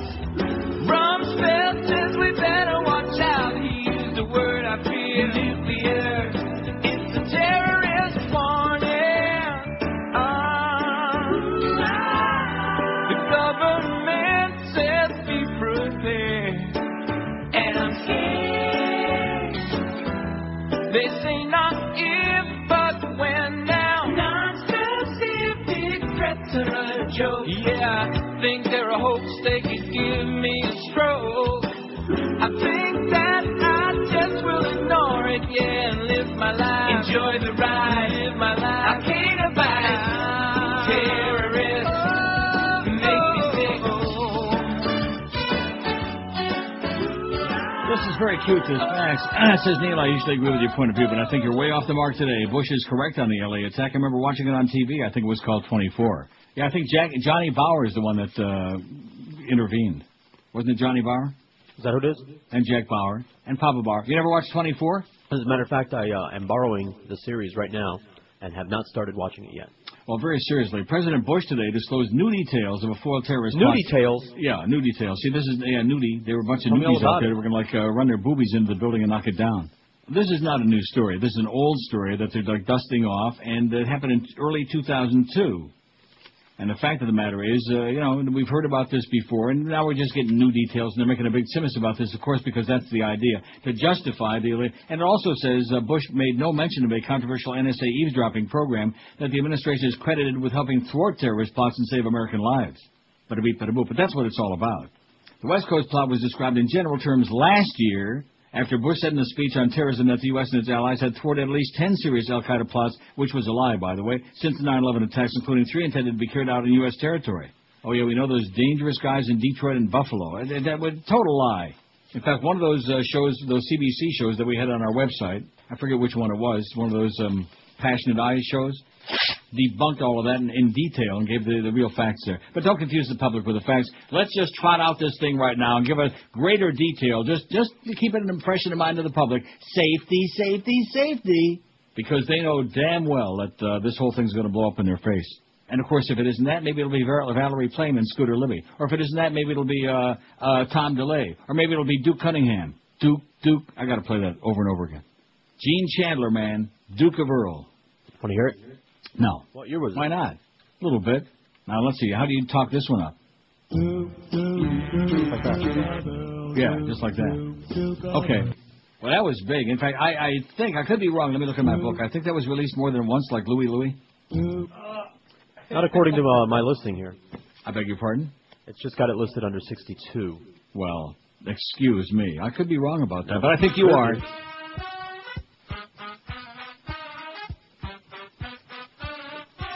And then there's Daisy Dukes. Duke of Earl was number one for 3 weeks, January 27th, 1962. 11 weeks on the chart. Who the hell said it was re-released? Josh. Oh. Robert Grieper said it? Yeah. Born Eugene Dixon, 7/6/37 in Chicago, Gene Chandler, R&B singer-producer, joined the Duquesnes vocal group in 57. They first recorded for NAT in 61. Group recorded Duke of Earl under contract for NAT. However, VJ purchased the recording and released the record as by Gene Chandler. How'd you like that?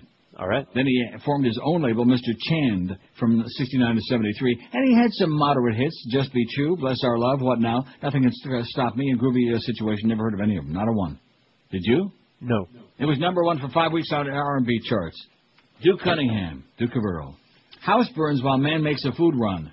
A man, and this is in Washington, a man who went out for a few minutes to buy food came back to find his Northwest Washington house ablaze yesterday. A lady in the block said, "Is that your house?" I said, "I hope not." Up to that point, I wasn't even sure, said Joe Howard. The fire was so intense and building so unstable that firefighters had to evacuate and resorted to battling the flames from outside. D.C. Fire and Emergency Medical Services Department spokesman Alan Eder said sections of the home were falling apart. Neither Howard nor any firefighters were hurt. The cause of the fire wasn't known and was unclear if it would ever be found. Like the cause of that guy dying on the plane. Maybe he just died. Maybe God just smited him. You think? It's possible. Fire investigators will go in after it's determined safe to go in, and maybe that they'll never go in to investigate. Well, there you go. He went out for a quick bite and bit him in the ass. Barbara Bach, I probably shouldn't read all these bedtime stories because that one crank caller was very on edge, I think. The guy with the squeaky voice. How come we got so many people with squeaky voices lately? Oh, speaking of that, Gildia, too. And then it comes back after Mad Dog with a Roberto Luongo show, live from Torino. Roberto Luongo, by the way, will be going to Torino. How do you like that for the Olympic team? Why they're playing in these Olympics, I have no idea, because Gary Bettman's a schmuck. It's a very, very bad idea. After a year of no NHL, and then they build up all the momentum to where they are now. They build up the big mold. And they're like, oh, let's take a couple of weeks off.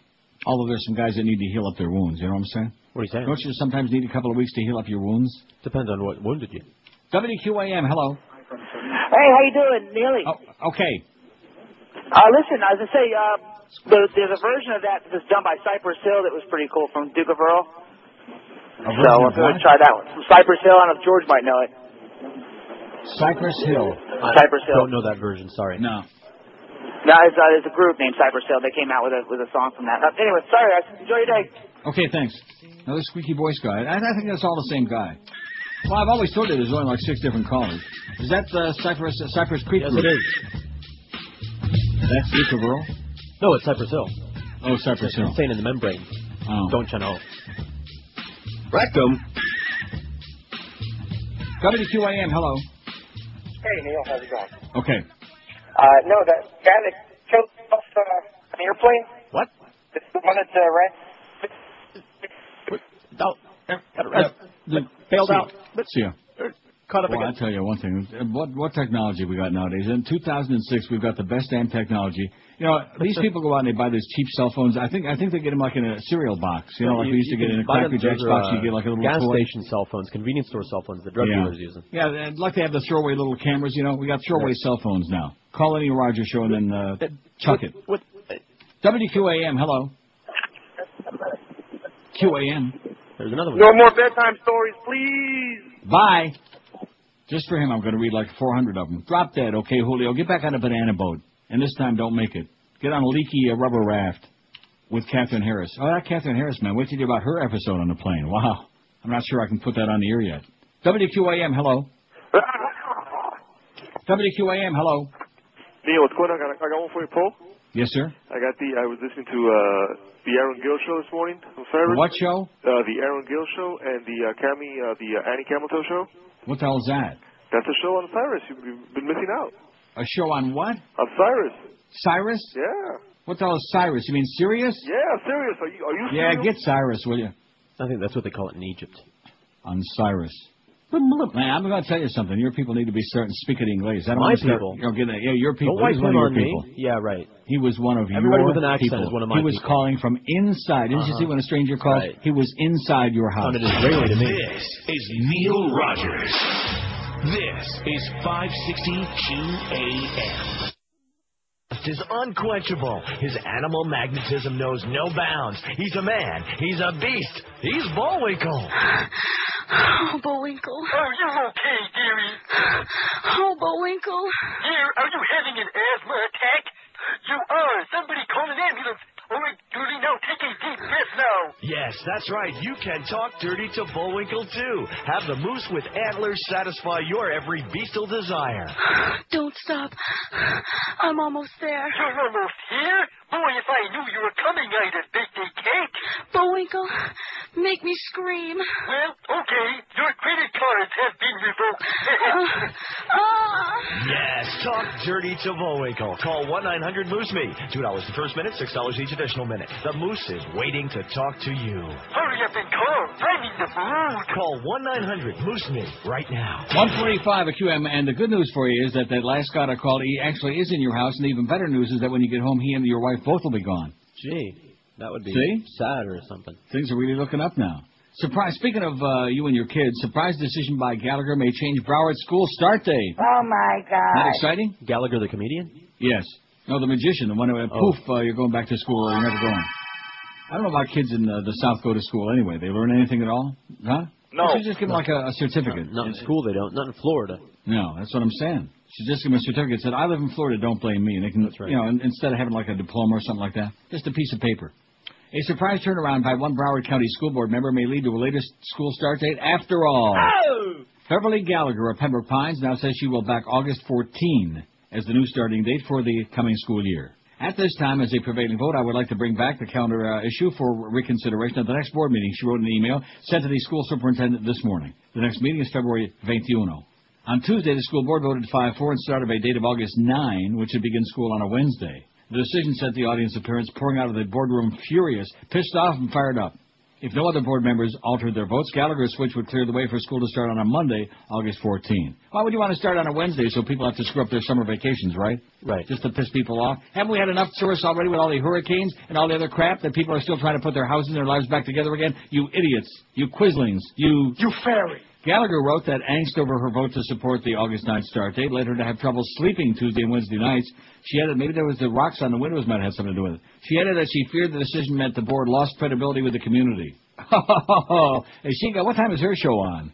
By the way, is that last break really 90 seconds? What are all these 30s we got? That's why I got caught short of that first break. All these short breaks. That's right. When you meet that new sales manager, tell him that the other guy was an idiot. Tell him to get with it. Good thing we got these ABC 30s, which I have no idea what they are, and I'm sure we don't either, but boy, that's weak. One board member who voted on the opposite side of Gallagher on Tuesday said she was thrilled to learn the change of heart. Board member Stephanie Kraft. I applaud her courage. She said it takes a big person to step back. My group is divided between the 14th and the 21st, but unanimously don't want the 7th or 9th. The extra 5 days makes a huge difference, said Stephanie. And I think she is... Absolutely correct. Ma'am. Right? Right. Don't be messing up people's summer vacations. It'd be like you telling me that my summer schedule ends like in August instead of like a week after Labor Day. Well, guess what? Your mama. Mm-hmm. No chance. So none of us on this show watched any of the Grammys last night. I was busy losing my winnings and getting back to even at Woodbine, giving them back what they were giving me. And you guys were plunging your lungs eating at Melting Pot in Fort Lauderdale.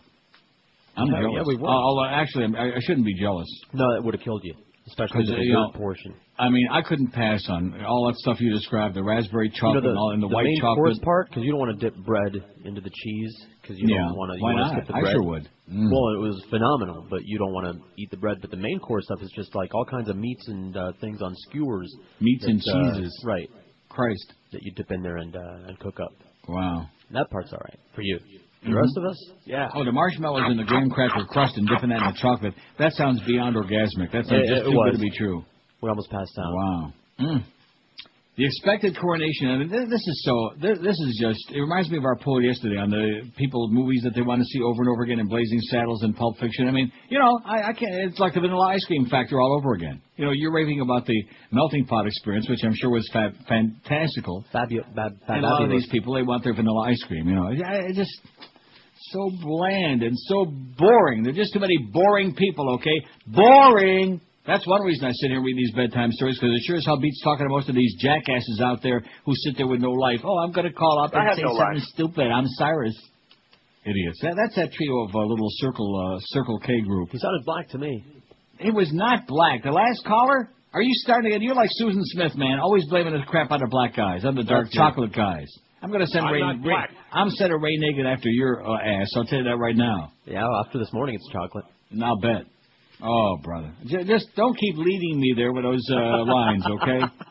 Joyce, do not. In fact, when you talk to Joe Bell on Monday, you tell him that, I got nothing to do with any of your crap.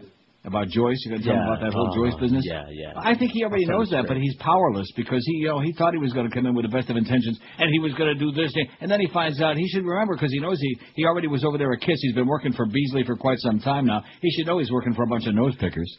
I mean, even Greg Reed, in my last conversation with him, hopefully the last ever, says to me, these people have no business going public. I mean, what an admission that was. Finally, after all these years, he admits he works for a bunch of tree-hugging, nose-picking, banjo-picking yahoos. Yeah, who don't like to pay their bills, by the way. Oh, yeah, it's always a really good, come buy our stock, and by the way, we don't pay our bills. Oh. I wonder if do you think they're taking up collections so they can buy those switches and light bulbs for this board here? Yeah, that's a good point. I mean, none of them have gone out yet, Clarence, so don't knock yourself out. Don't get too carried away. There's no emergency. And even if they do, I can just guess which ones are. Like maybe if the mic switch. See what I'm saying? Right. Like the one down there for about 5 years. Anyway, the Grammys were on last night, and the fact that U2 got 5 Grammys, this is just madness. I think that this whole Bush thing and this whole terrorist crap, I think the public is just losing their mind collectively. They won Album and Song of the Year, award that many observers have predicted will go to Mariah Carey, which is even more scary. I mean, if that's the best we got, remember that poll we're taking like sometime when I feel like it? Which one? What is that called? It's called Somebody Who's Singing Sucks. Which of today's pop singers or groups is the worst? Someday next week we'll do that. I mean, Mariah Carey's already on there from last time, and certainly you too. I mean, you can't complain about their music because they don't make any. They don't do music. By winning in all 5 categories for which band was nominated, U2 brought its career Grammy total of 21 and earned its first album of the year since the Joshua Tree that took prize in '88. The old Joshua Tree from Guiding Light. And by the way, speaking of Guiding Light, we got no Lizzie, we got no Cassie, we got no Ross Marler who jumped to another soap opera, we got, as did Cassie, we got no Philip because he turned him down. What kind of a piece of crap is that? Next day, I think they are bringing Papa Bauer back in a box. Wasn't that on that 24 show, Jack Bauer in a box? I'll find out. I don't know what to say, Bono said. Well, how about the F word? Try that one again. Worked the first time. You two won, I don't want to go through all that. But he acknowledged fellow Best Album nominees Mariah Carey, Gwen Stefani, Kanye West, can you believe it? And Paul McCartney. Kanye. That's Kanye, your boy Kanye. But I don't say it that way because don't you understand? Can you believe it? You can't say, can you believe it? Well, I guess if you're a Brit, you could say, can you believe it? Careful. What? Mariah, you sing like an angel, he said. Oh, my God. Can you believe it? Okay, I'll start saying, can you believe it? Carey, who went into the 48th Grammys tied for nominations, lead with 8. 1-3. I don't want. I mean, that's it? That's all we got? That's all we got? John Legend, a classical soul revivalist in the style of Alicia Keys, won Best New Artist and 2 more Grammys. Best Male R&B Vocal Performance for the voice and piano single Ordinary People, which he performed on the telecast, and Best R&B Album for his debut collection, Get Lifted. Can you believe it? Sporting a blonde mohawk, Sly Stone walked on stage during All-Star tribute to his music, cued by rock singer Stevie Tyler of Aerosmith. And he said, don't give me no lip. He played keyboard and sang a few lines of I Want to Take You Higher, then walked off stage with the song still playing. Madonna opened the show in a multimedia duet with animated band Gorillaz, a project of British rock musician Damon Albarn. The cartoon trio appeared. Okay, just play that. Just keep playing it. Well, let's hear some Can You Believe It? Or Can You Believe It? Oh, you want Kanye? No, I don't. Please no. Please no. I beg you, please. I'd rather hear Smash Mouth. Well, you got Mariah going right now. She'll make you want to hear Kanye. Yeah. Can you get rid of her, please, Kanye? Boy, and by the way, Luis still ain't interested, okay, sweetheart? He ain't interested in that one big boobie. If you ask me, she ought to got the booby prize there last night. So that's what you got for the Grammys is, U2, Mariah Scary. Sly and the Family Stone were good. I would have enjoyed seeing that for about 40 seconds. They were pretty good. We Are Family. They could have brought back Bob Prince, the 79 Pirates. Right. Dave Parker, snorting up the chalk lines. It would have been a lot of fun. Pop Stargell, Chicken on the Hill with Will. I'm sure that Josh remembers all that. Oh, yeah, off the chain. So I guess hopefully somebody taped the Grammys last night because all of us missed it, and we're we're illin' about it now. This is Neil Rogers. Rectum. This is 560 QAM.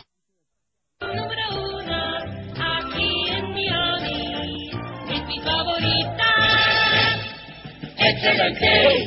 WQAM.